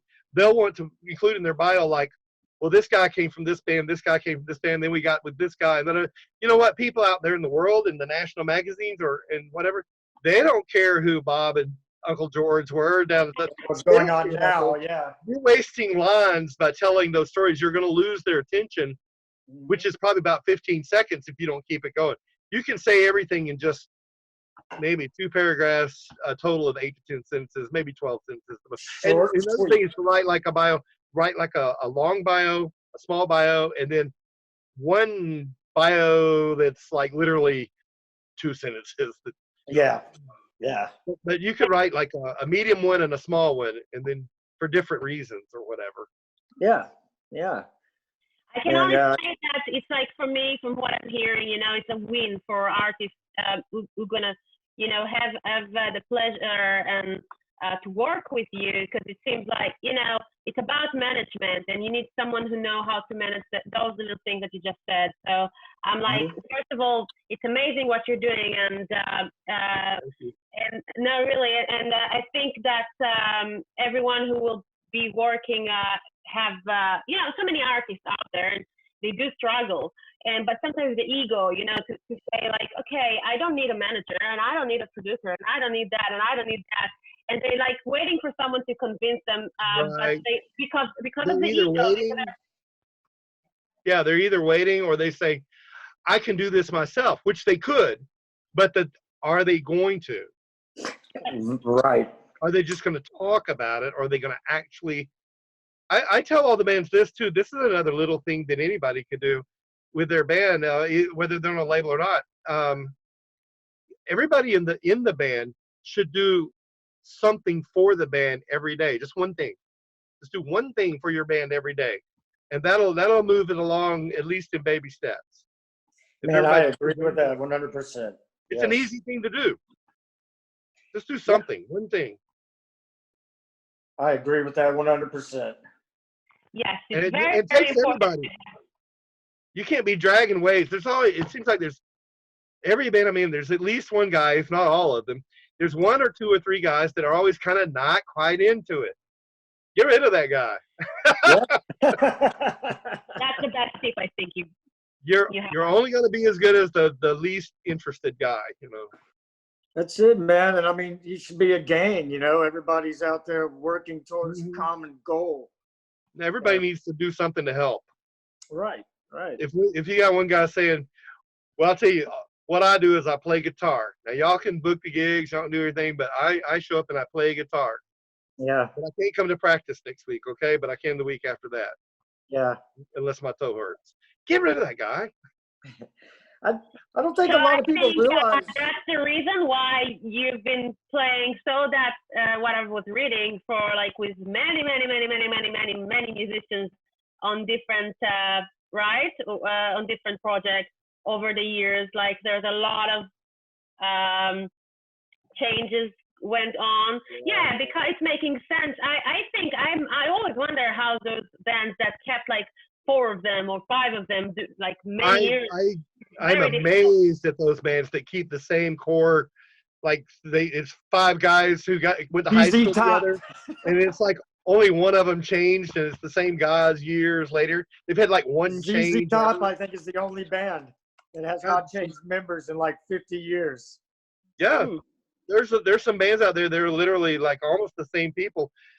They usually have like 2 that stay the same, and others change. Yeah. Usually 2 that'll be the main. You can eventually tell who's actually driving the band from the behind the scenes by the ones that keep being there.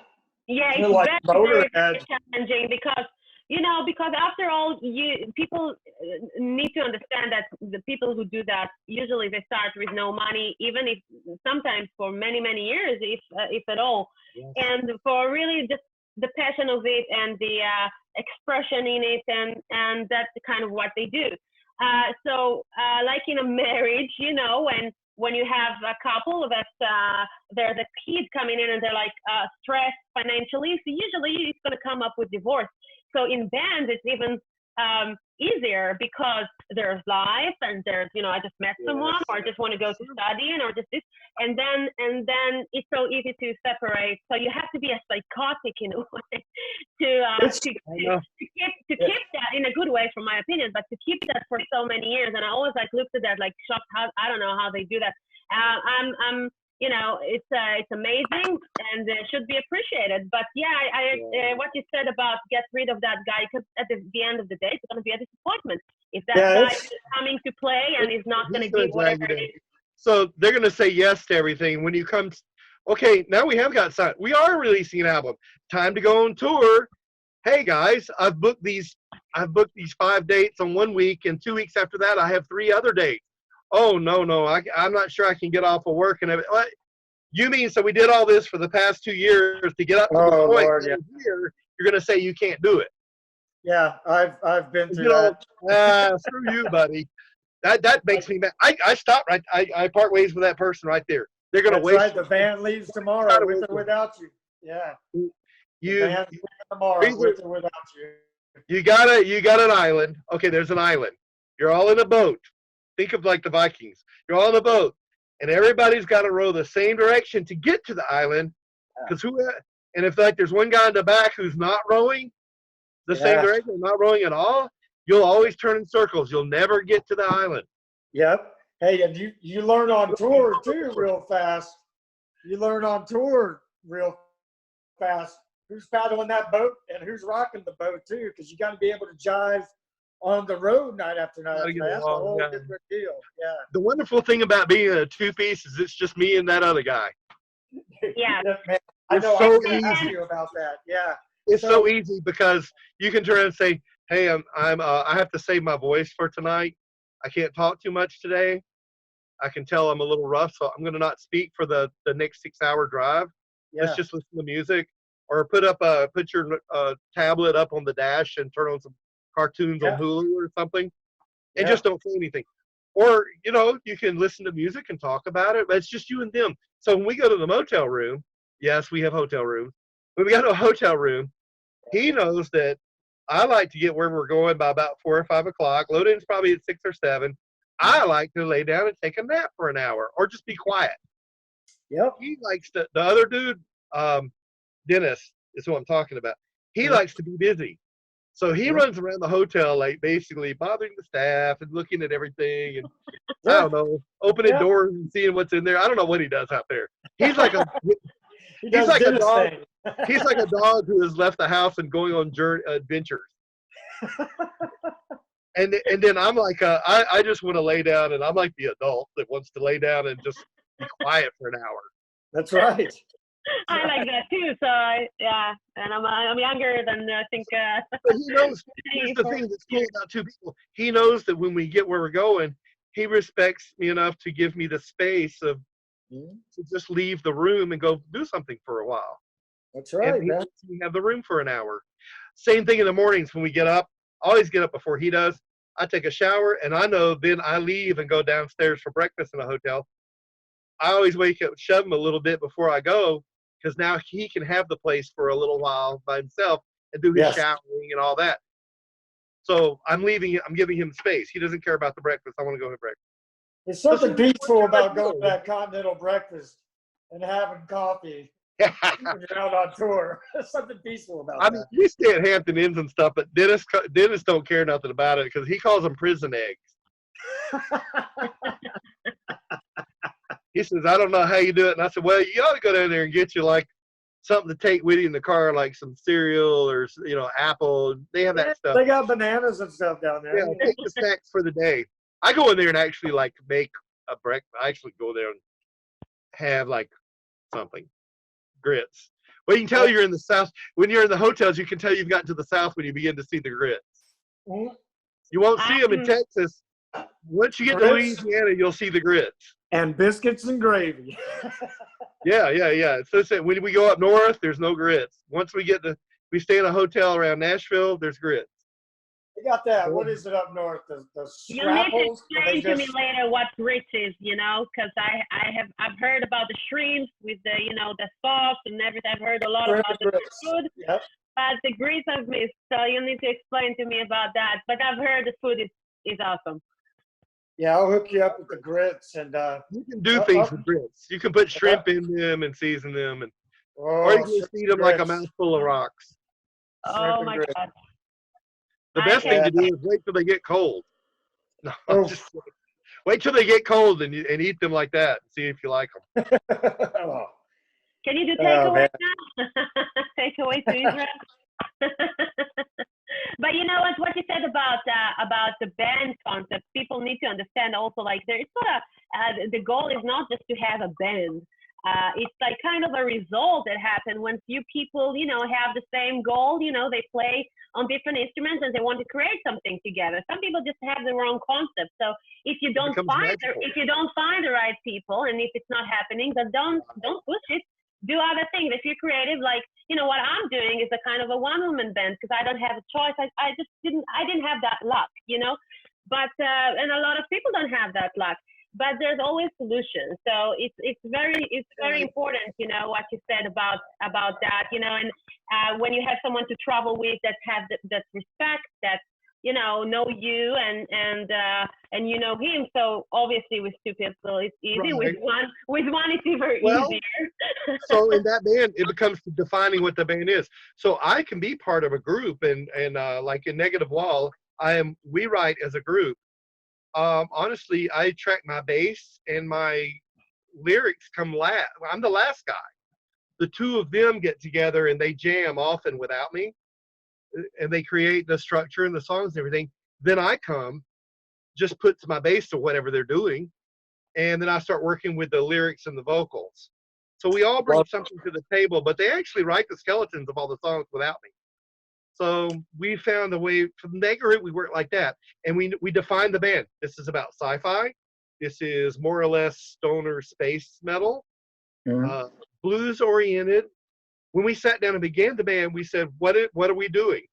And we defined what we're doing.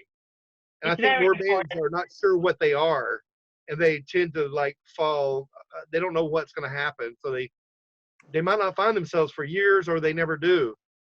In Direwolf, it's like that too. We know that this is Tommy Stewart's Direwolf, nobody else's. I've made it clear this is my solo project. I'm writing like this. I just need the drummer to sit down and play whatever I wrote, play to it.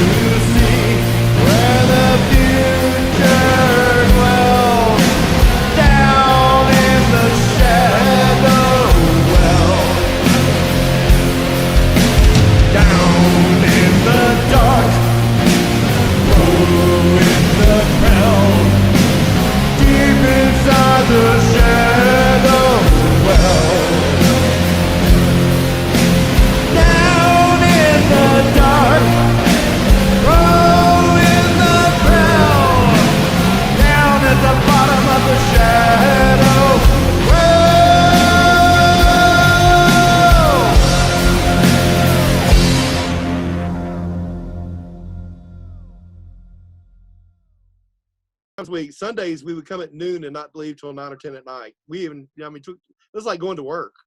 Right, We would right. do them over and over and over till bleeding. Mm-hmm. And if there was one little note out of place, we stopped, and it's whoever that was had to go over and over and over till everyone. Oh, wow, yeah. We didn't Yeah, let that one is little like thing go work. by. Yeah. So anyway, so then we went to we found an ad in Creative Loafing, which was the newspaper we had at the time, similar to Village Voice, that doesn't exist in paper anymore. That said, bass player for Foghat will do your demo for $500. Hey. Good. Really? I saw that. I was like, I'm looking around like, does anybody see this? This is awesome. I would have been all over that. Well, we jumped on it, and apparently we were the only ones who did.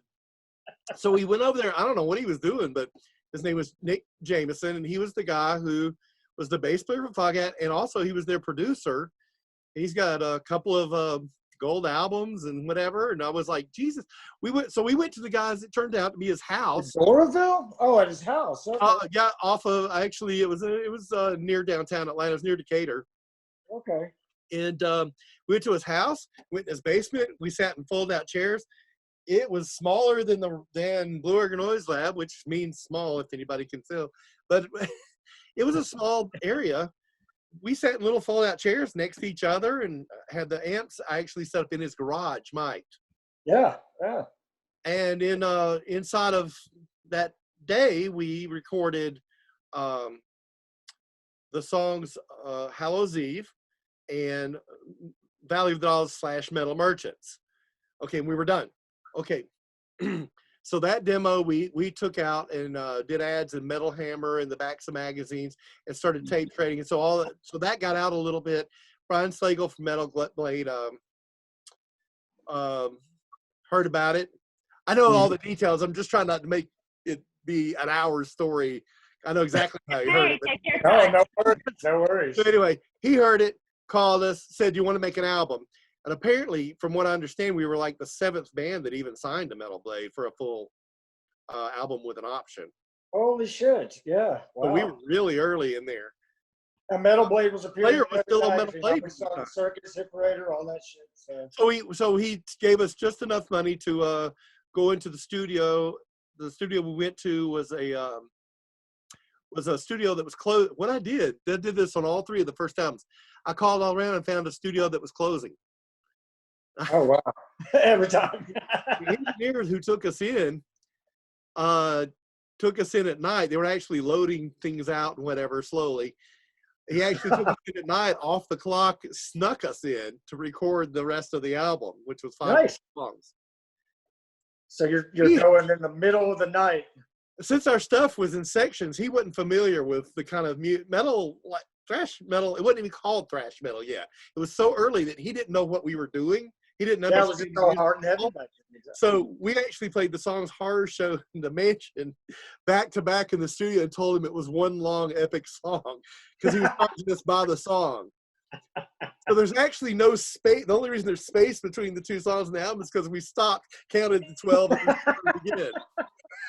We didn't tell him what we were doing. I love it. We were really doing it fly by night. We had to rehearse that too. Oh, yeah. So we came in and rehearsed. So anyway, so the whole album was done in there was hardly any mixing to it. It was all done live except for a couple of the guitar solos were flown in and the vocals were done separate. Right. If there were backup vocals, that was me and Stacy together. So Stacy Anderson. So that's how it was made. It was made for, I think, a total of $2,000. And the total hours on that session plus the other one, I think, came to about 20 hours.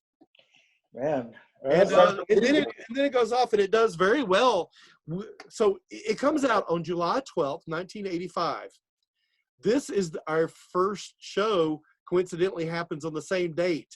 And ever since then, we never made a big deal out of it in the bios or anything, but I've looked back on it and thought about it in retrospect and said, who in the heck forms a band, gets signed, then has their first show ever on the day their album comes out? I know. You And was got that at to the, doing a show. They thought 85 was the year I was born, so that's why. Shows you how much playing around locally has to do with anything about you getting signed. Nothing. and that show was at the Plex, right? No, it was actually we were really, there was no metal. There was no Plex quite yet. Okay, check this out. Well, yeah, there was, but check it had not had a metal show yet. It was doing more of the super punk rock. Check this out. No, we were they weren't doing anything yet. I was the one who brought it in. So check this out.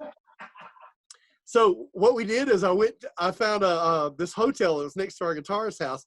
I walked in there one day just to have a drink right quick before I went to my guitarist's house, and noticed it had a little stage and there was one little bartender there and whatever. It was a Quality Inn. And I went up, there's nobody in there. I talked to her and I said, y'all seem not to have too much business. He goes, oh, we don't know what we're going to do. Blah, blah. And I said, could I bring my band in here one of these Saturday nights and have us play?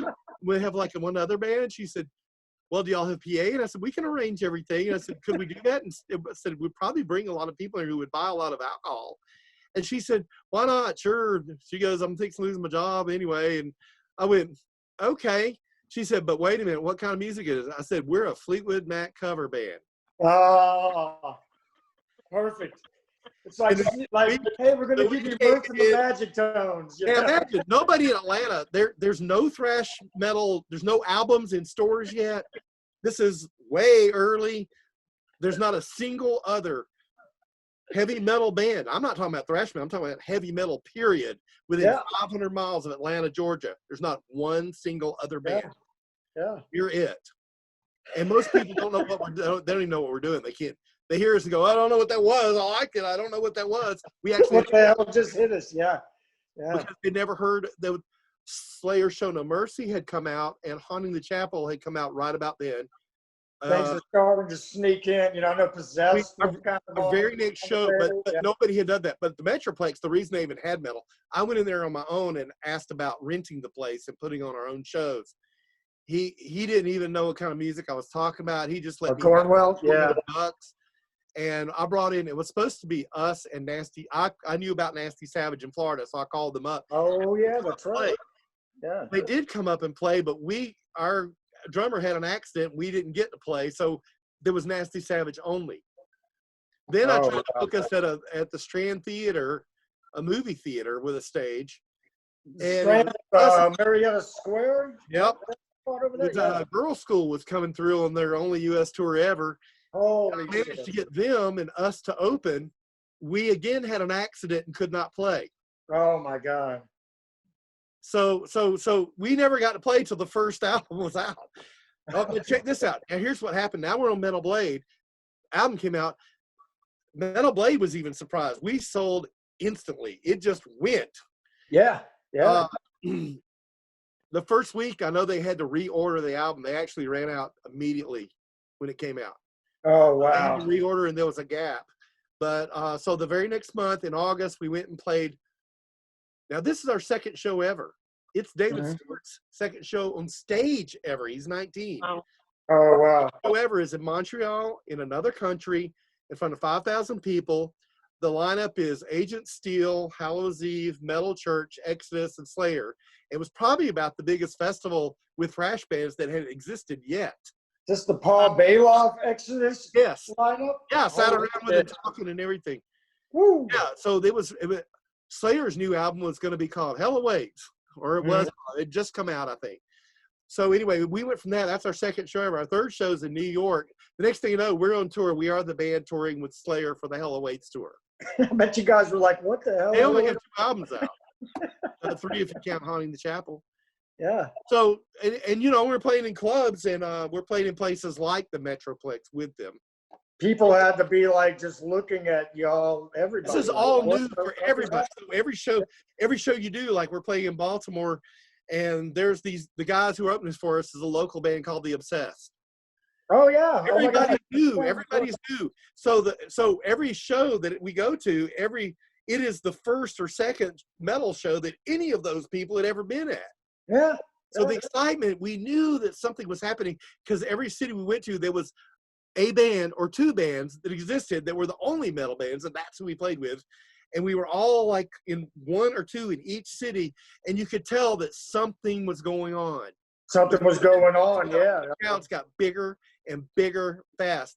And so from what I understand, the numbers are all cloudy with this kind of stuff, but what I understand, we did about 20,000 physical, these are records.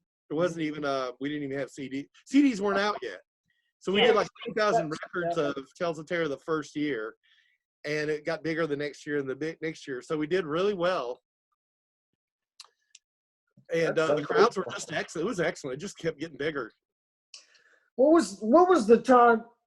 Wasn't Venom the time they were supposed to play the Metroplex? Didn't you remember that? The guys on that bill? No, I heard one rumor or another rumor, and you probably did too. But I actually asked. Okay, last time they were here, I actually asked him about that because Tony was there and whatever. He said he didn't remember it going. I told him my story, which I don't want to tell because it makes them sound bad.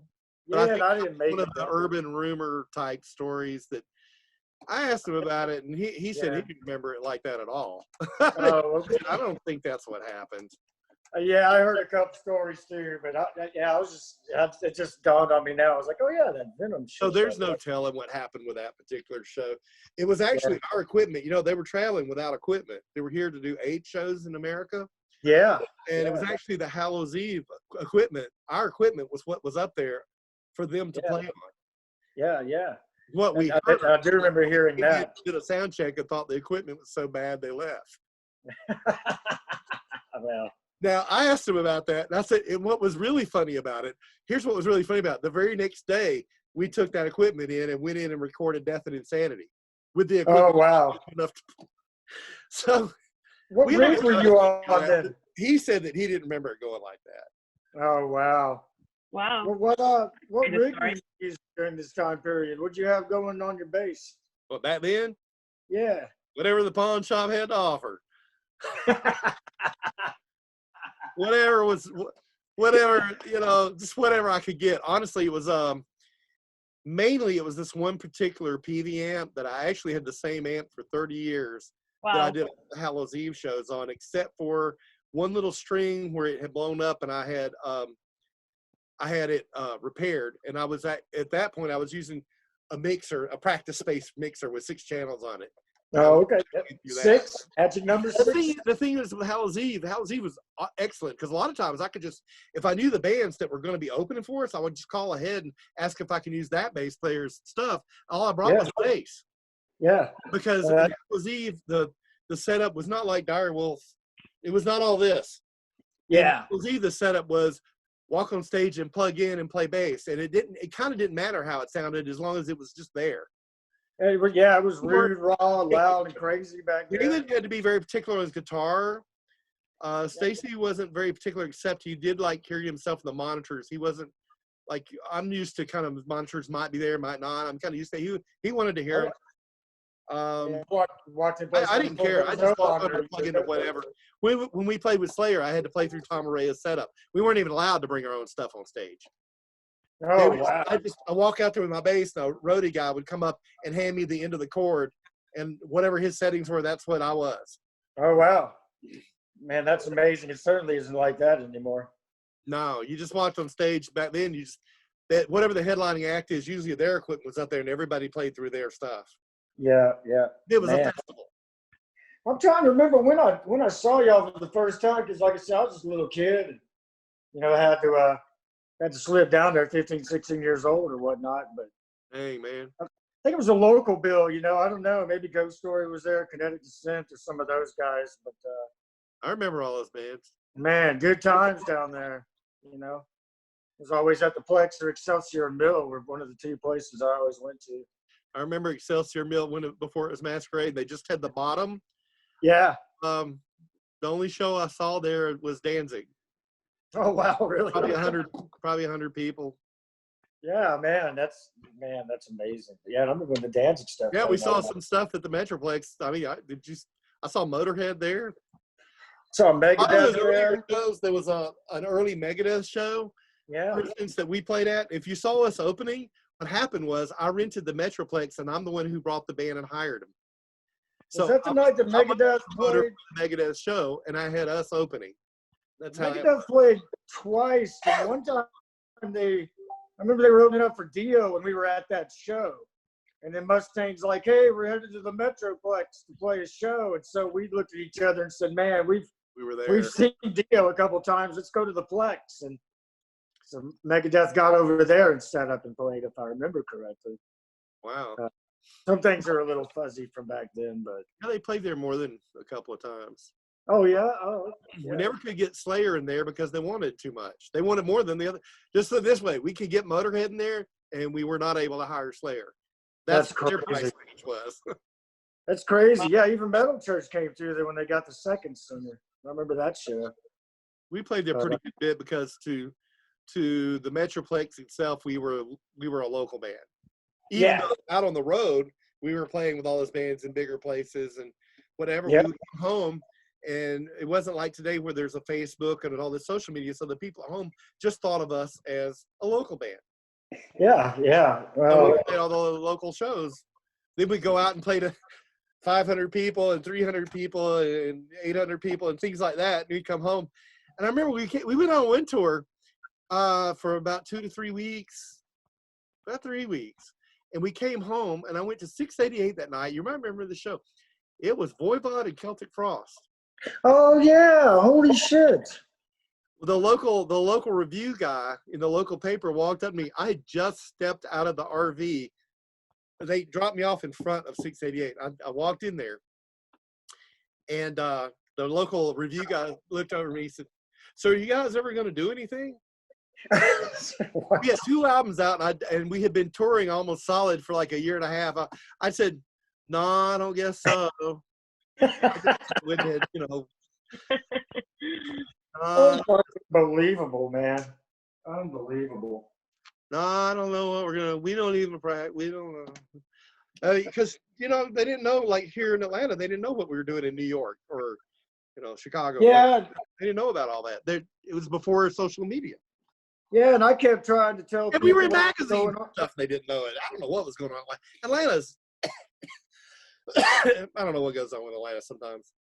Me neither. Me neither. It's like we'll have our moments, and then we don't. It's crazy as shit.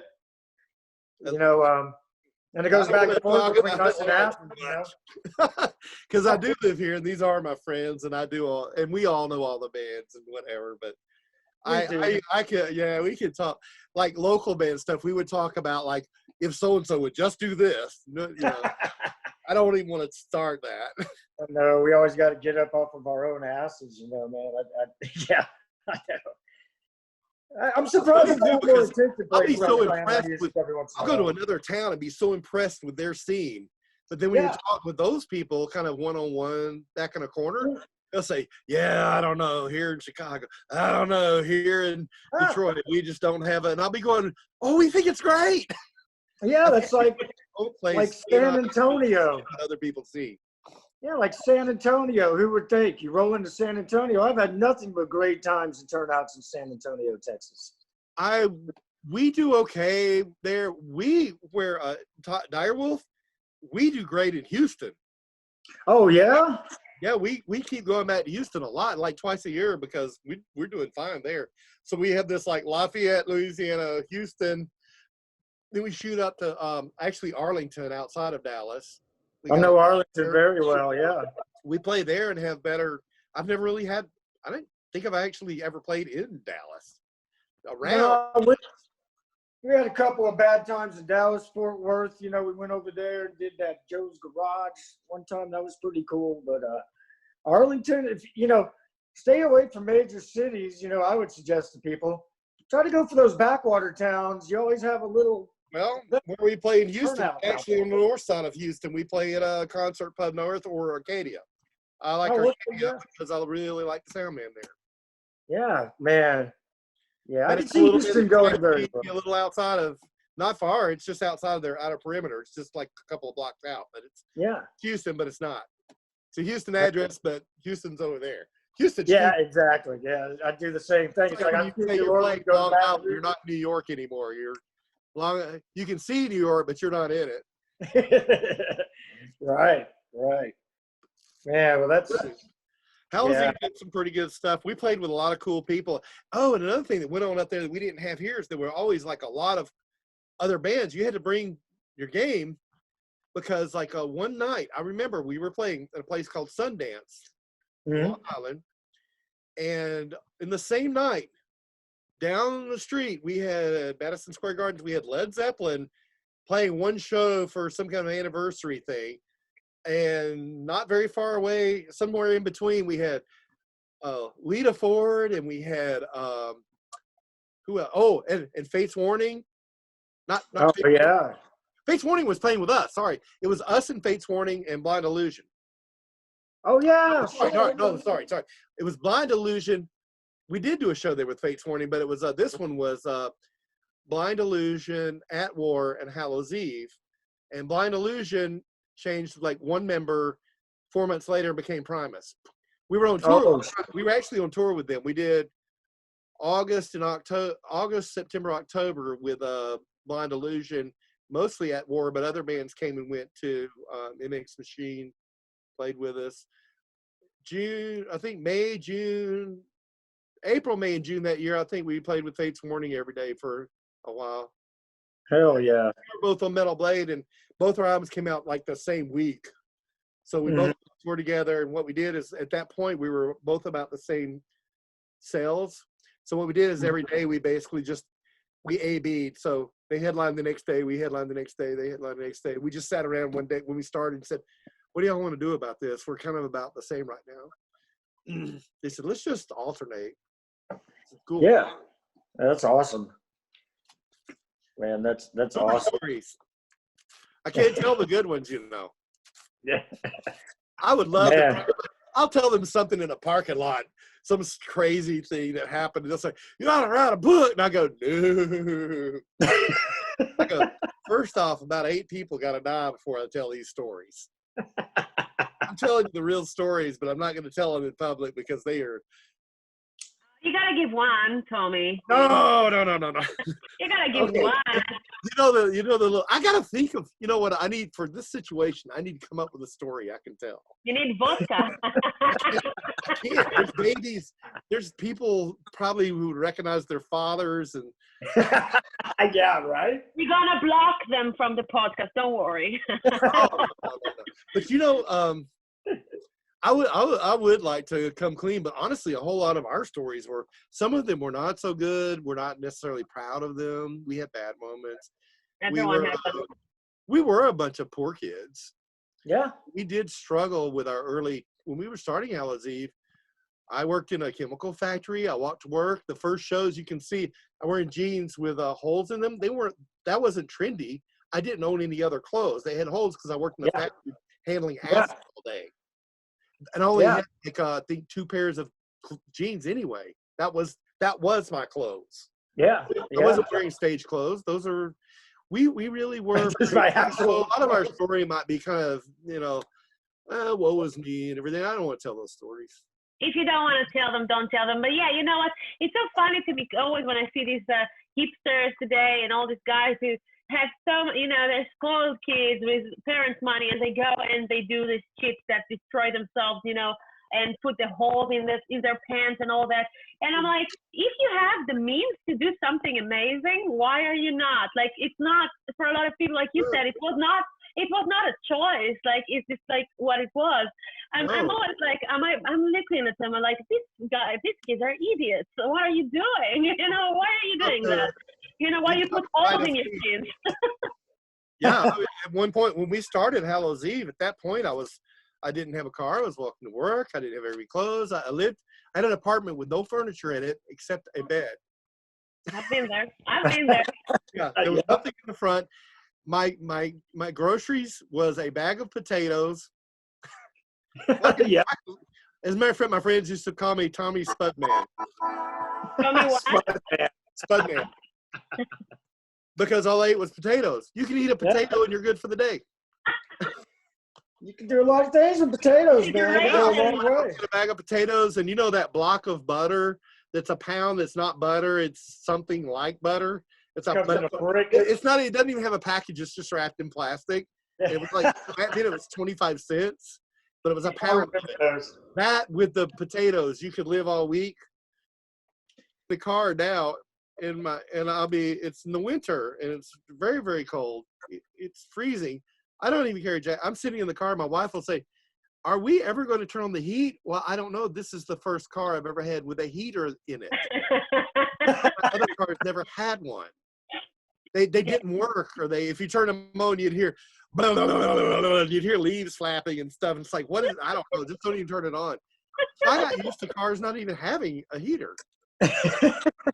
Until like till 15 years ago, I didn't even know what it was like to have a car with a heater. Yeah. I was used to them smelling like oil and breaking down every few minutes, and everybody thinks I'm being very prepared. And I carry a toolbox with me wherever I go and whatever. I'm used to cars breaking. I'm not used to everything going right. What's that? I can totally relate. We were starting our bands and all. That's kind of what I was living. I was just trying to live, much less. So to start your band from scratch, you don't know how to do anything. You have very little. Having a piece of equipment, it doesn't matter. You have to make it work. It doesn't matter if it's a really bad piece of equipment. You'll just have to figure it out. And then the little bit of money you make, maybe you get paid a little bit from the shows you've done. I would hoard that. And when I got up just enough money to get something to better my equipment, I spent that money on that next piece of equipment. I never kept the money. I never used that money. So I could proudly say, and this was true all the way up to like 2013, every single piece of equipment I ever had in Hallow's Eve was bought with money I made from Hallow's Eve. I never actually bought anything. It started from nothing, from scratch, and grew into a pretty nice setup. Yeah, just kind of build it as you go. All this paid for itself out of its own creation. That's awesome. That's completely awesome. Yeah, because you know what? If it's not paying for itself, then you're either doing something wrong. It's made to work. You're either doing something wrong, or you need to watch your money better or something. If you're not, people go, "Well, I don't get paid when I play," and I go, "Did you ask for any money?" Exactly. Half of them don't even ask. And I tell them, I go, "Well," they go, my drummers say, "We're getting what?" And I'll say, "Well, we're getting blah, blah, blah." And they say, "Well, we're getting more than, they said they were making blah, blah, blah." And I go, "Well, don't tell them, but we're getting paid more because I went up and asked for it." You got to ask. And they went, "Oh, okay." We were just going to give it to the sound man. We didn't figure you'd stick around for it. No, I want it. I will stick around for it. That's right. That's right. If they're charging, now if you're doing pay for play and they're saying we'll give you $3 for every ticket you sell, the tickets are $18, ask for $4 and see what they say. They say no, so what? But I bet you they'll say, "Well, don't tell anybody." Yeah, we'll give you $4. We'll give you $4. Just don't tell anybody. That happens all the time.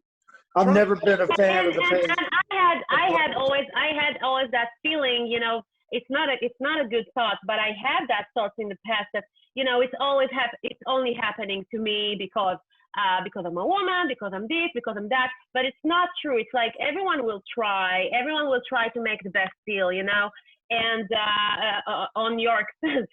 And it's the end of the day. It's like what you want to do or what you don't want to do. That's it. If you want to take something, do it. If you don't want to do that, don't do that. And no hard feelings. So people, of course, will still, want me and ask me if I can do free work for credit or whatever. And it's okay. It's okay to ask. Like I'm saying, the difference between me today and maybe a few years ago when I had a studio is that once I got offended by that, for them asking me something like that, they don't respect me.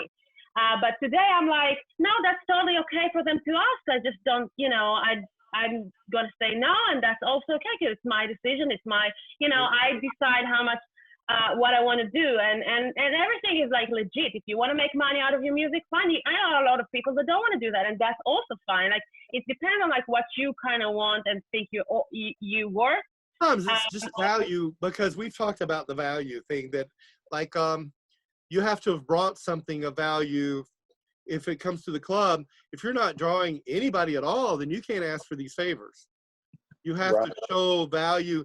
And the way to get people to come to see you, you can't just be another band like the other ones all the time that always are there.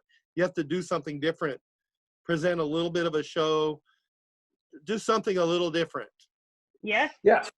And the same with the merchandise. When I have little 1 to 4 songs, the little cardboard like 1-piece jacket that you put a CD in. Oh yeah. When people buy stuff, when they come up to the Black Doomba Records thing and they buy a whole big vinyl from me for $24, I super appreciate it, but that's not all they get. I just don't say anything about it. I put in a sticker, I put in one of those little CDs, or maybe somebody's CD isn't selling good, like my own. Yeah. For some reason, my Bloody Gyres CDs, those end up in a lot of people's, when they order albums, they get a lot of free Bloody Gyres CDs. For some reason, that particular man. CD, I'm waiting for people love the album, and the album sold well. I only have 14 left, but I have like 600 CDs. Yes. So they end up being a sort of a gift. Oh, From a marketing, you know. I'll be waiting for my copy, Tommy.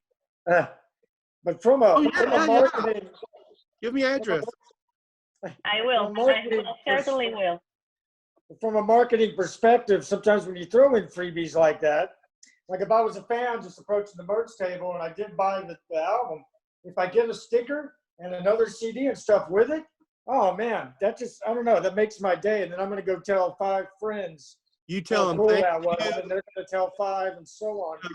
Shake their hand, tell them thank you, tell them how much you really appreciate it. Give Gotta them be something present. extra than the one thing they got.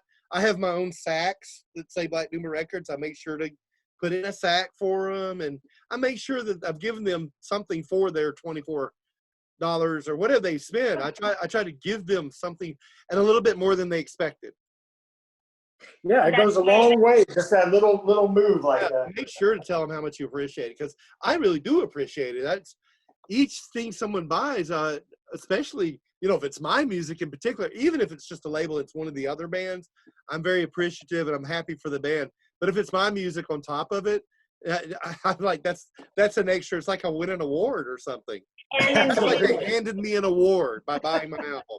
And in this case, actually, the people who get that is actually a win, because you know what? There's so much junk out there with music today, and so much replicas and stupid music that keeps your brain also stupid. I'm saying maybe hard things, but it's true. But it's really true.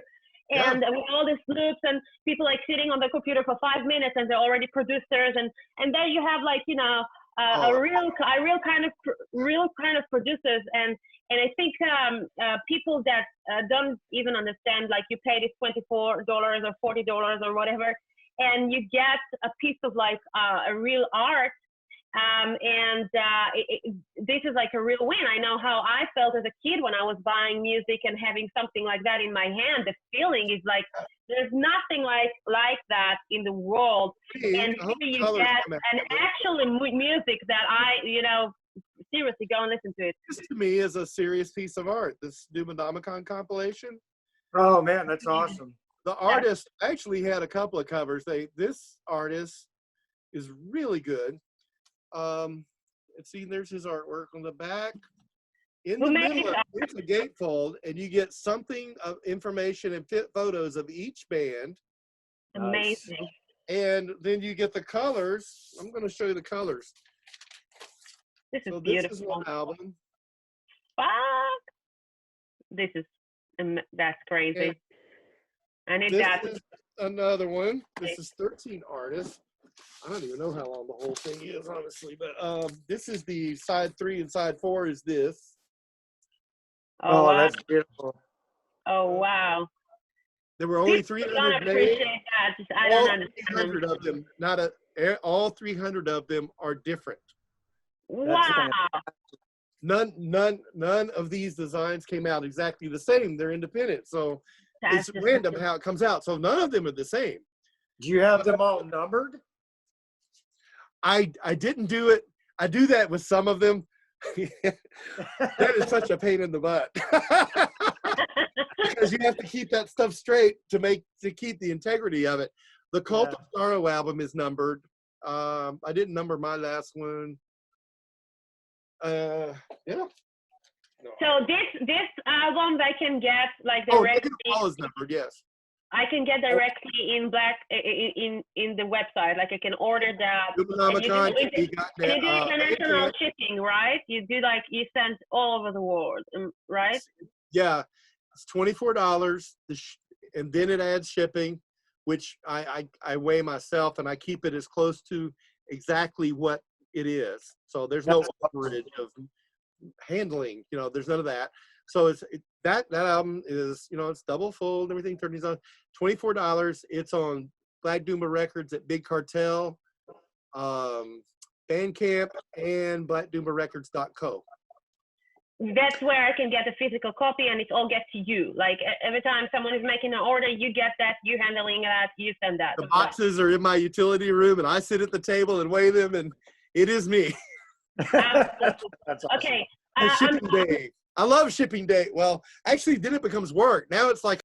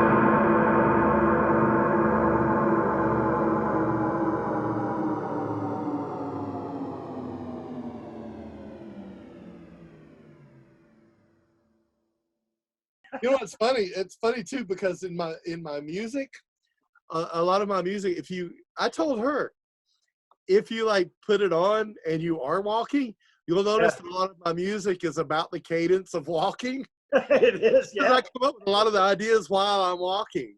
I go dun dun dun dun, Yeah. and I'm walking. Or- I'm, oh, this is a great. Dun, dun, dun, dun, dun, dun. No, exactly what you mean. Everything syncs up. Negative Wall, we did cover Torquemada 71 by Electric Wizard. Oh, yeah. That came up because I was walking and I went dun, dun, dun, dun, dun, dun, dun, dun, dun, dun. And it's always the walking.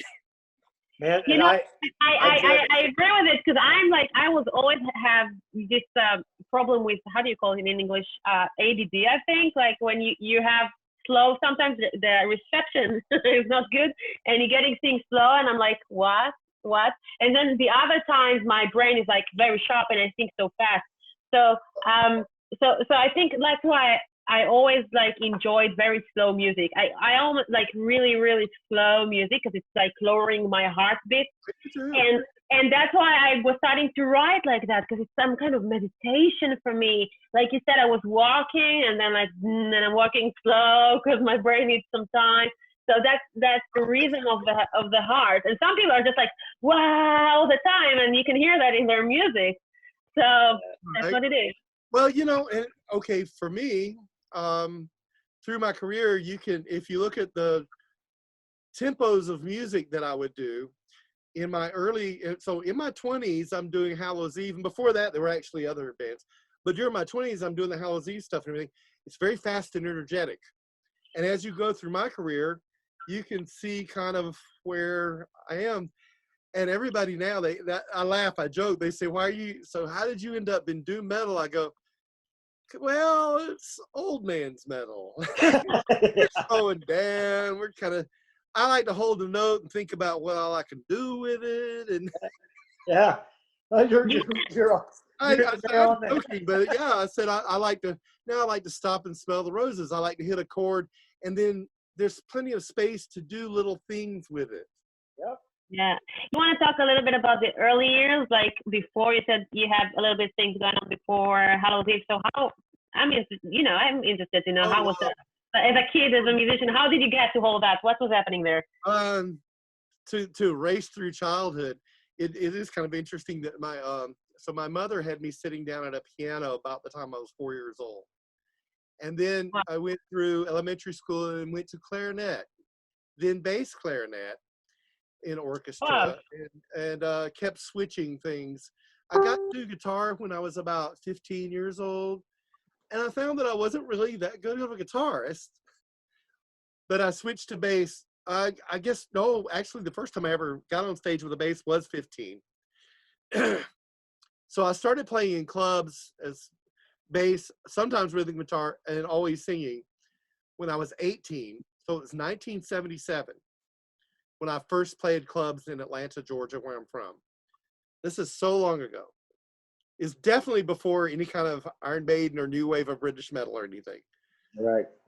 So in 1979, I got with a couple of guys, and we were a three-piece band called Warrior. We did not know about the Warrior in Los Angeles because there wasn't social media, and they weren't big enough to be in the magazine. So we just didn't know about them. There was another Warrior. We weren't that one. We were Warrior in 1979, and we started writing songs that were a little faster than everybody, and we decided we were heavy metal. Nobody had been called that. We actually used to advertise ourselves as Atlanta's only heavy metal band because we were. So every band, there weren't very many clubs back then. Like literally there were 5. And there Like were Electric Ballroom. like 20 bands. Yeah. There was the Satellites, which became the Georgia Satellites. Oh, yeah. There were like literally 20 or to 30 bands at any given time in 5 clubs. And that was about it. This is 78, 79, 80. And then, so Warrior began to change a little bit. We got a little more aggressive. And some of the couple or 3 of those songs, eventually we decided, I decided that we needed a better singer. And I heard a guy named Stacy on the radio on a local band compilation, Stacy Anderson. I had in my mind that these guys were not willing to play the even harder songs that I was writing. Mm-hmm. They just weren't willing to play it. My brain practice, they weren't willing to play them. So I got Stacy at the same time. I got Stacy to take my place as the lead singer of the band, and then we decided that we were going to change the name to Hallow's Eve. And right about that same time, we changed 2 guys, and so Hallow's Eve became Hallow's Eve out of Warrior. We were still doing so 2 or 3 of the songs were actually the same songs. The Mansion was actually done by Warrior. Metal Merchants was actually a song called Metal Prisoners. So in effect, Hallow's Eve actually started in '79, but had member changes and eventually a name change. And so we put in our bios that we started in '83, but kind of was with the same group of songs and the same. It was, you know, it was debatable when we started exactly. That's unbelievable, man. To say we started in 1983. And you wrote the lyrics even then? You wrote the lyrics and the songs like back then? I remember bringing There Are No Rules from Tales of Terror up over and over in Warrior, and they were just like, they were like, what? Shake your fist at the sky. Did your God up and die? Do we have to bring God into it? And they were like, no, man. Def Leppard, that's what we need to be like. we had 2 guys in the band that wanted to be like Def Leppard, and 2 other guys in the band who had just discovered Iron Maiden. Yeah. We listened to UFO and AC/DC and Iron Maiden. These other 2 guys were listening to, like, nothing wrong against Kiss, but Kiss, Def Leppard, more the glam side of heavy metal. Yeah. Motley Crue, when they came out, everybody wanted to move in that direction. Yeah, 1980, you know, and then I discovered Motorhead around then and whatever. And I was like, I took Stacy aside after about 83. I said, these guys, I was going to start a new band completely with me lead singing. And I took Stacy aside and said, you've got the voice I need in that band, not me. Because I sing clear and I need somebody rough. Man, you were ahead of the curve. And especially down here in Georgia, like you said, I mean, there was no social media. You only found out what you found out via a magazine or word of mouth, or you just did it. Yeah, like right at that year or two, right then, the Georgia Satellites were kind of the bigger band of Atlanta at that moment, 82, 83. And the other bands were either new wave, kind of like the B-52 sounding stuff. Those Mother's Finest was around. And, or they were unique and wonderful. Or they were a very Georgia Southern T-shirt wearing, you know, just hippies kind of. Yeah. That was Southern rock. Yeah. Nothing wrong with that, but we weren't that at all. We didn't fit in. I didn't know who I was going to play with because I wasn't like any of these people. No shit, man. Yeah. Like, I don't know who to play with. That's crazy. I moved out here from Dallas, and and that there ended up being a scene out there later with Rigor Mortis and Gamma Side, I think it was, stuff like that. So I came out here, and then I was finding out about everything like you guys and stuff at the Plex. And then I would go home to visit over there, and that was starting up. And I was like, man, there's some crazy shit about it. That's what I got to see by when we went out on tour starting in '85. I was able to see by visiting each city that each city had a little 1 or 2 or 3 bands that were starting. You could see that each city was kind of having the same moment. Yeah. And kind of slightly unaware of each other, just barely beginning to be aware, and tape trading became a huge thing. That was the only way to find out. How everybody got everything, because you could walk into the store, and I remember walking into a store, a Turtles. I remember walking to a store, and I looked through the M's, and I said, "Do you have Metallica?" And she said, "Metallica." And Metallica, yeah, it's heavy metal. And she says, "Oh, we don't carry stuff like that." I said, "You don't carry like gold albums and stuff? You don't carry albums that sell?" What I was talking about, because there was no Metallica in the store. You were lucky at that point to even find Motorhead in the store or anything. It was just not even. It was not a thing. I found Metallica at Camelot Records, and I bought it only because it had a bloody fucking hammer on the cover. I had no idea what it sounded like. I bought like that too. Before there was a heavy metal section, it was all rock. So all the metal out, the early thrash albums were in the middle of all this. Yeah. Hallow's Eve, my band, is stuck between Heart and Hall & Oates. That's where I found us. That's fantastic. And Metal Blade, they were telling me one day that all the smart bands are naming themselves with M names. They were all M. Bands are Motorhead, Metallica, Megadeth. Merciful gotta have an M name. I said, "Oh, we're over there with Heart." And Hall and Oates, man, that's fantastic.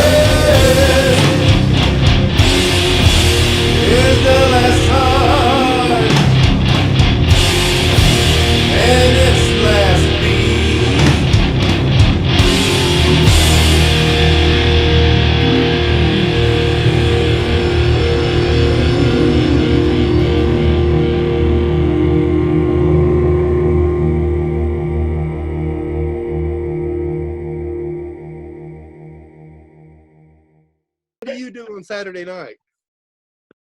Who is you, Randall? Me? Yeah, what does Randall do on Saturday night if he can't go out in a pandemic? Oh man, here lately I've been writing music on my bass, and pretty much, yeah, that's about it. You know. Thought it might be something unusual. Or whatever. You know what I do on Saturday night when I don't go out in a pandemic? What's We that? get popcorn and we watch an old horror movie on Svengoolie on MeTV. Oh man, awesome. It's like a Frankenstein or Invisible Man, things like that. That's right up my alley. And maybe a wine. If it's Dracula, we'll have wine. What's Sally Green doing a Saturday night in a pandemic? Yeah, well, you will. First of all, nothing really changed for me because as sound engineers, we kind of built ourselves a spaceship. Even before that, I was stuck all the time. I was stuck in the same position since like 2003 or 4, like with the monitors like that. So everyone is like around me. Things change. People with masks. You know, the world is kind of die and reborn, and I'm like, I don't know what's going on. I'm just doing the same. So I'm usually I'm working on a few projects, mine and mixing and stuff that I'm doing, and the movies that I'm about to release, and I'm trying to stay open-minded and look for creation wherever it is. And I am doing that Zoom as it is right now with Randall. We're watching movies like that. We actually do. We count 3, 2, 1, go, and we click on play and we watch it at the same time. So I turned you on to Honeymooners, All in the Family, and the Three he Stooges. took me to the old stuff that I had no idea about. You know, the Honeymooners, I fell in love with that, and all that, you know, serious. What was it? All in the Family with Archie Bunker. I fell in love with that too. I'm not in that generation at all, but I fell in love. I think they're not making comedies like that. And I was having a little bit of reference for the horror.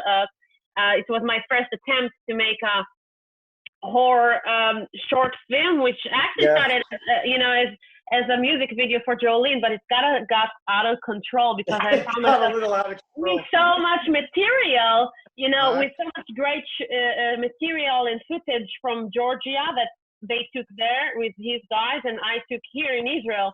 And it's like a first attempt to make like a global, you know, I call it a global effort production of making art together. And just even, it started way before the pandemic, we did that. So now everyone is, but I'm kind of used to it.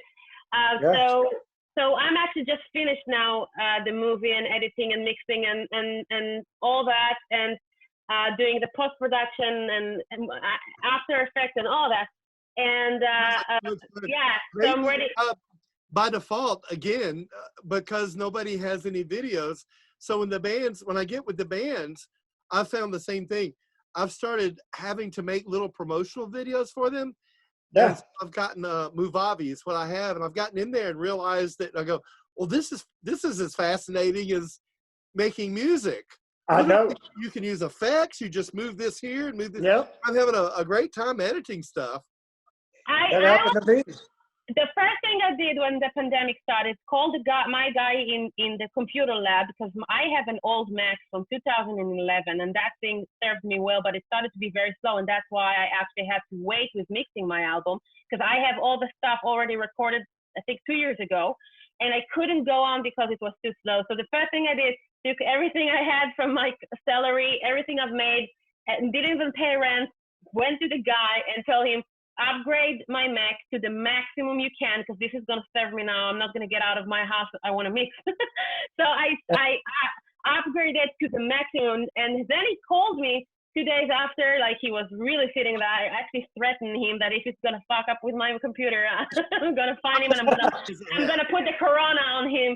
So how much memory did you put in? Huh? How much memory do you have? Listen, I can't do much. It is a computer after all from 2011, but I think I have the maximum, which is 16 gigabytes, 16 gigabytes, and I've upgraded to SSD, and he did some new batteries and new optimization. About my new computer, I told him, I said, I have to soup this up. It has to be muscled up.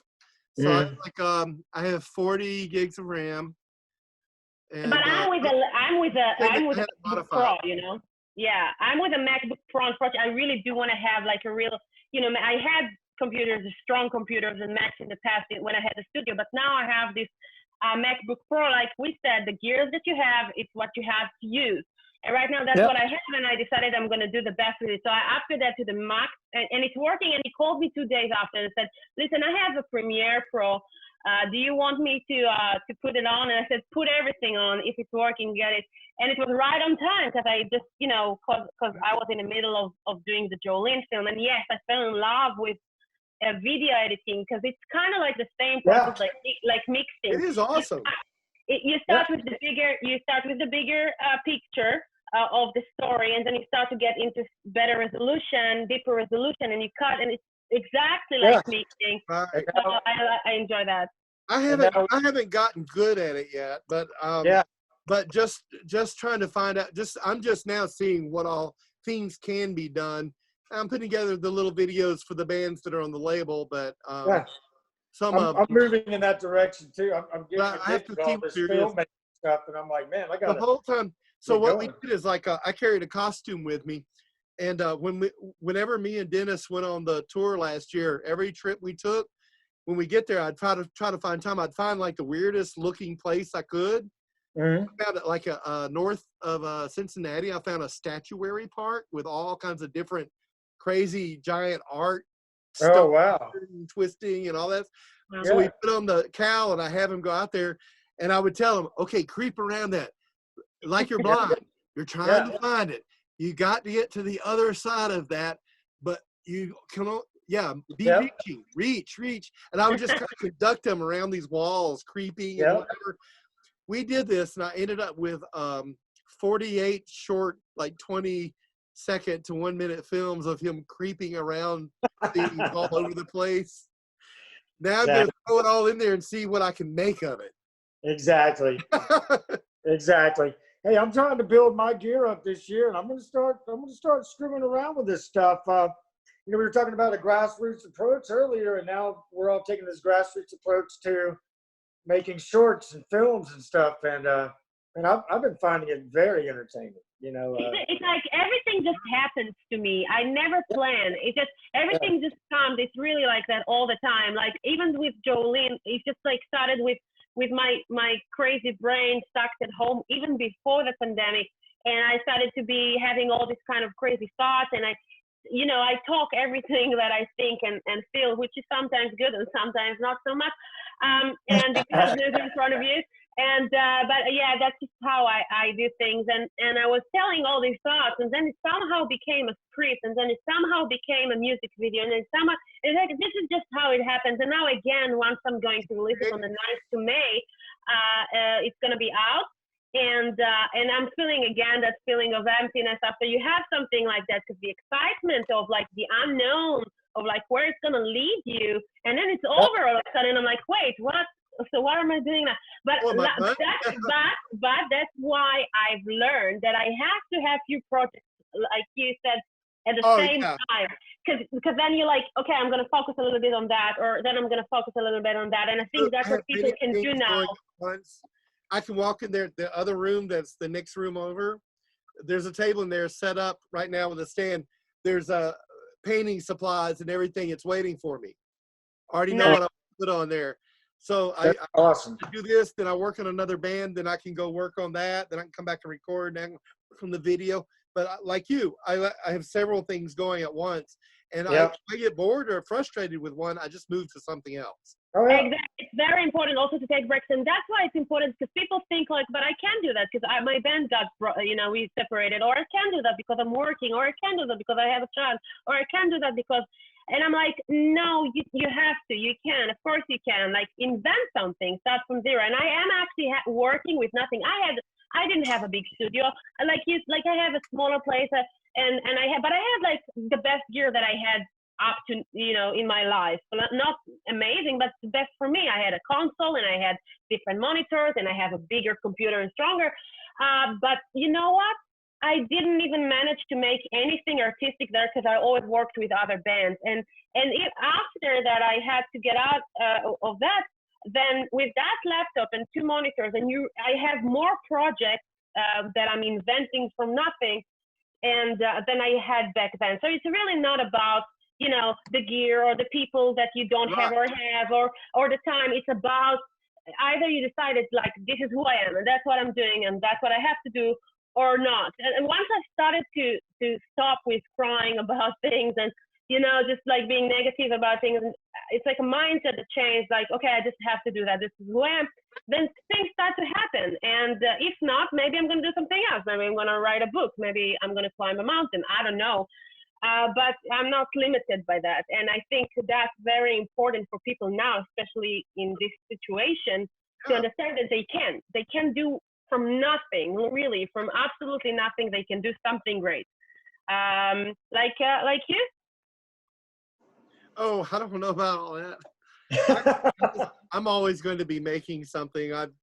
Even when I was in school and I was a little boy, I used to get in trouble for not paying attention to work because I was busy doing something else, you know. Yeah, Making yeah, absolutely. Drawing on the book or something. Tell me about that. Absolutely. Tell me about that.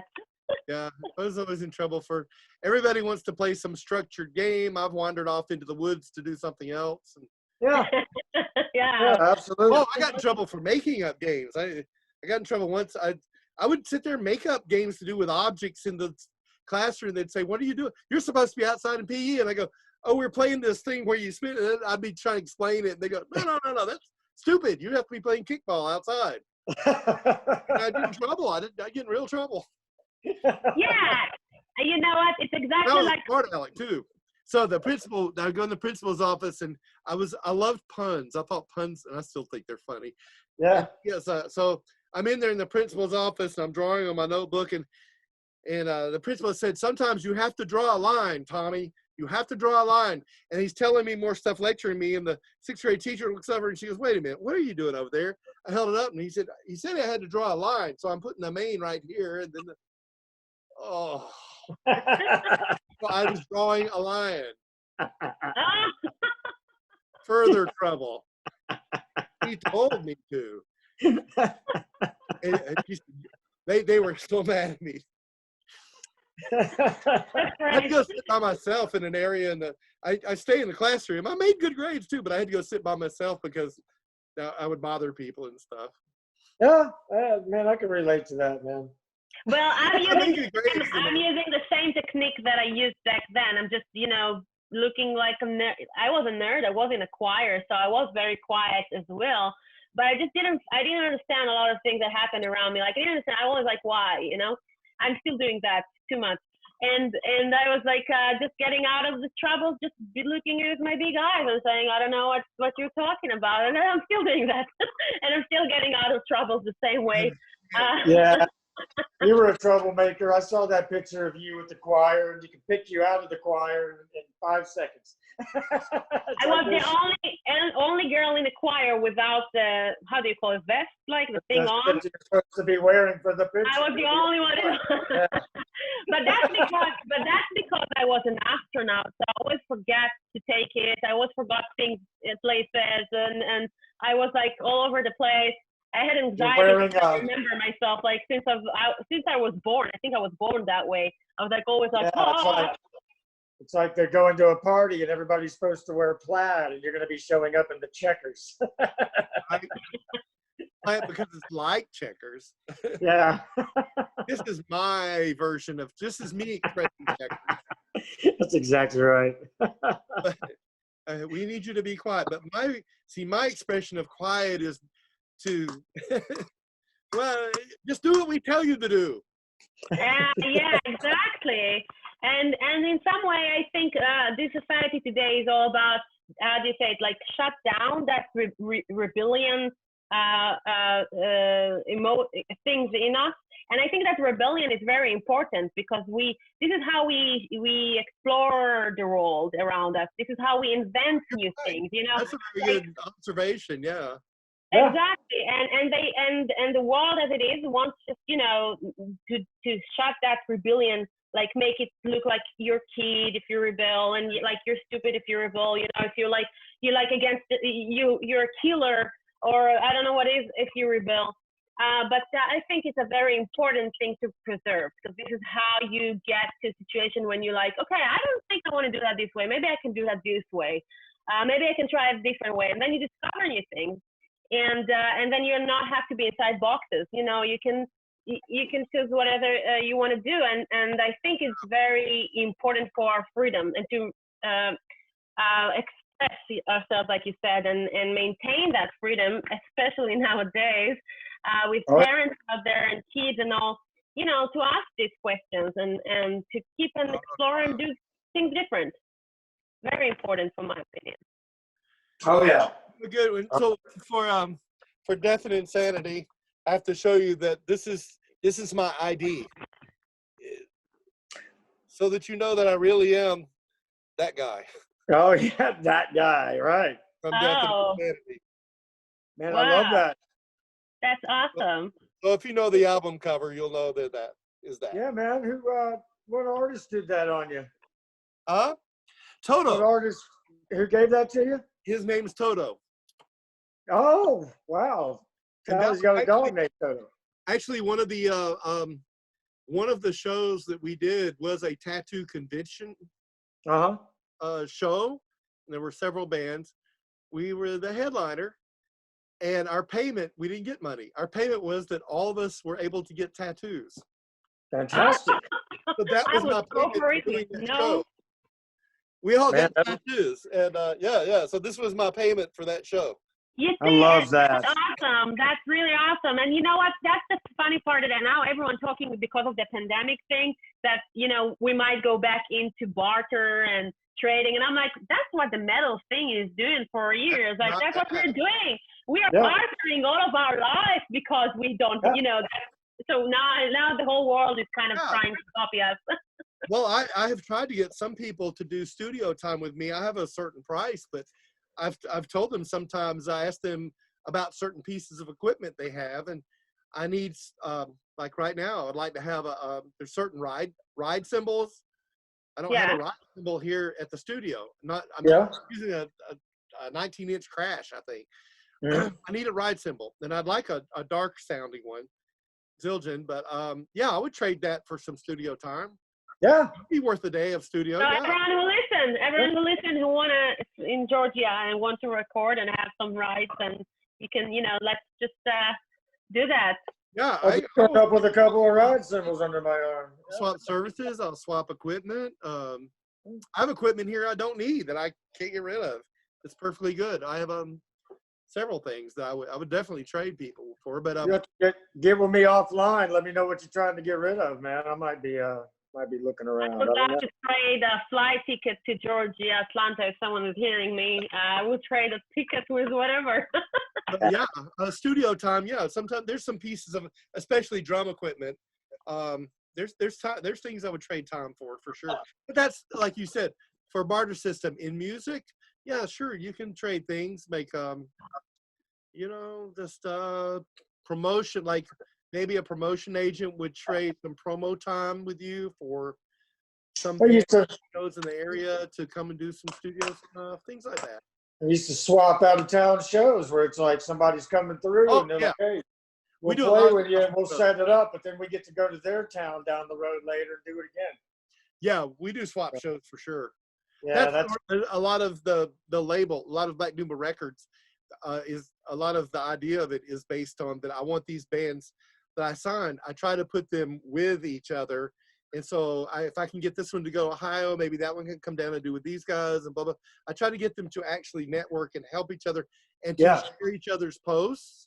So some of the multiple, it's sort of like I have a sharing street team. Yeah, right. The old street team days, Right. So this is a sharing on social media. These guys in these bands all have each other's. So when they go Morning does something, Grave Huffer shares it. Yeah. With or without you shares it.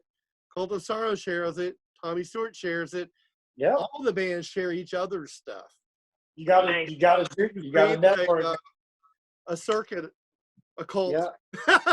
Yeah, and I love that. Of Doomba. Yeah. You know what a Doomba is, right? Do you know what the Black Doomba record? Do you know where I get this name from? I do not know what you got there. because it started with we were joking around. A Doomba would be, that's what they call people who take things like the Roomba vacuum cleaner. They take household appliances, and knives and scissors and chainsaws on them, and then have robot wars with them, with the remotes and stuff. Those are called Doombas. Oh, wow, nice. So that's Hold up. after some joking, after a friend of mine explained that to me, I said, and I want to do a Doom label. I said, I found my name. Yeah. Yeah. Doomba. I don't know what it's gonna say Doomba something in there.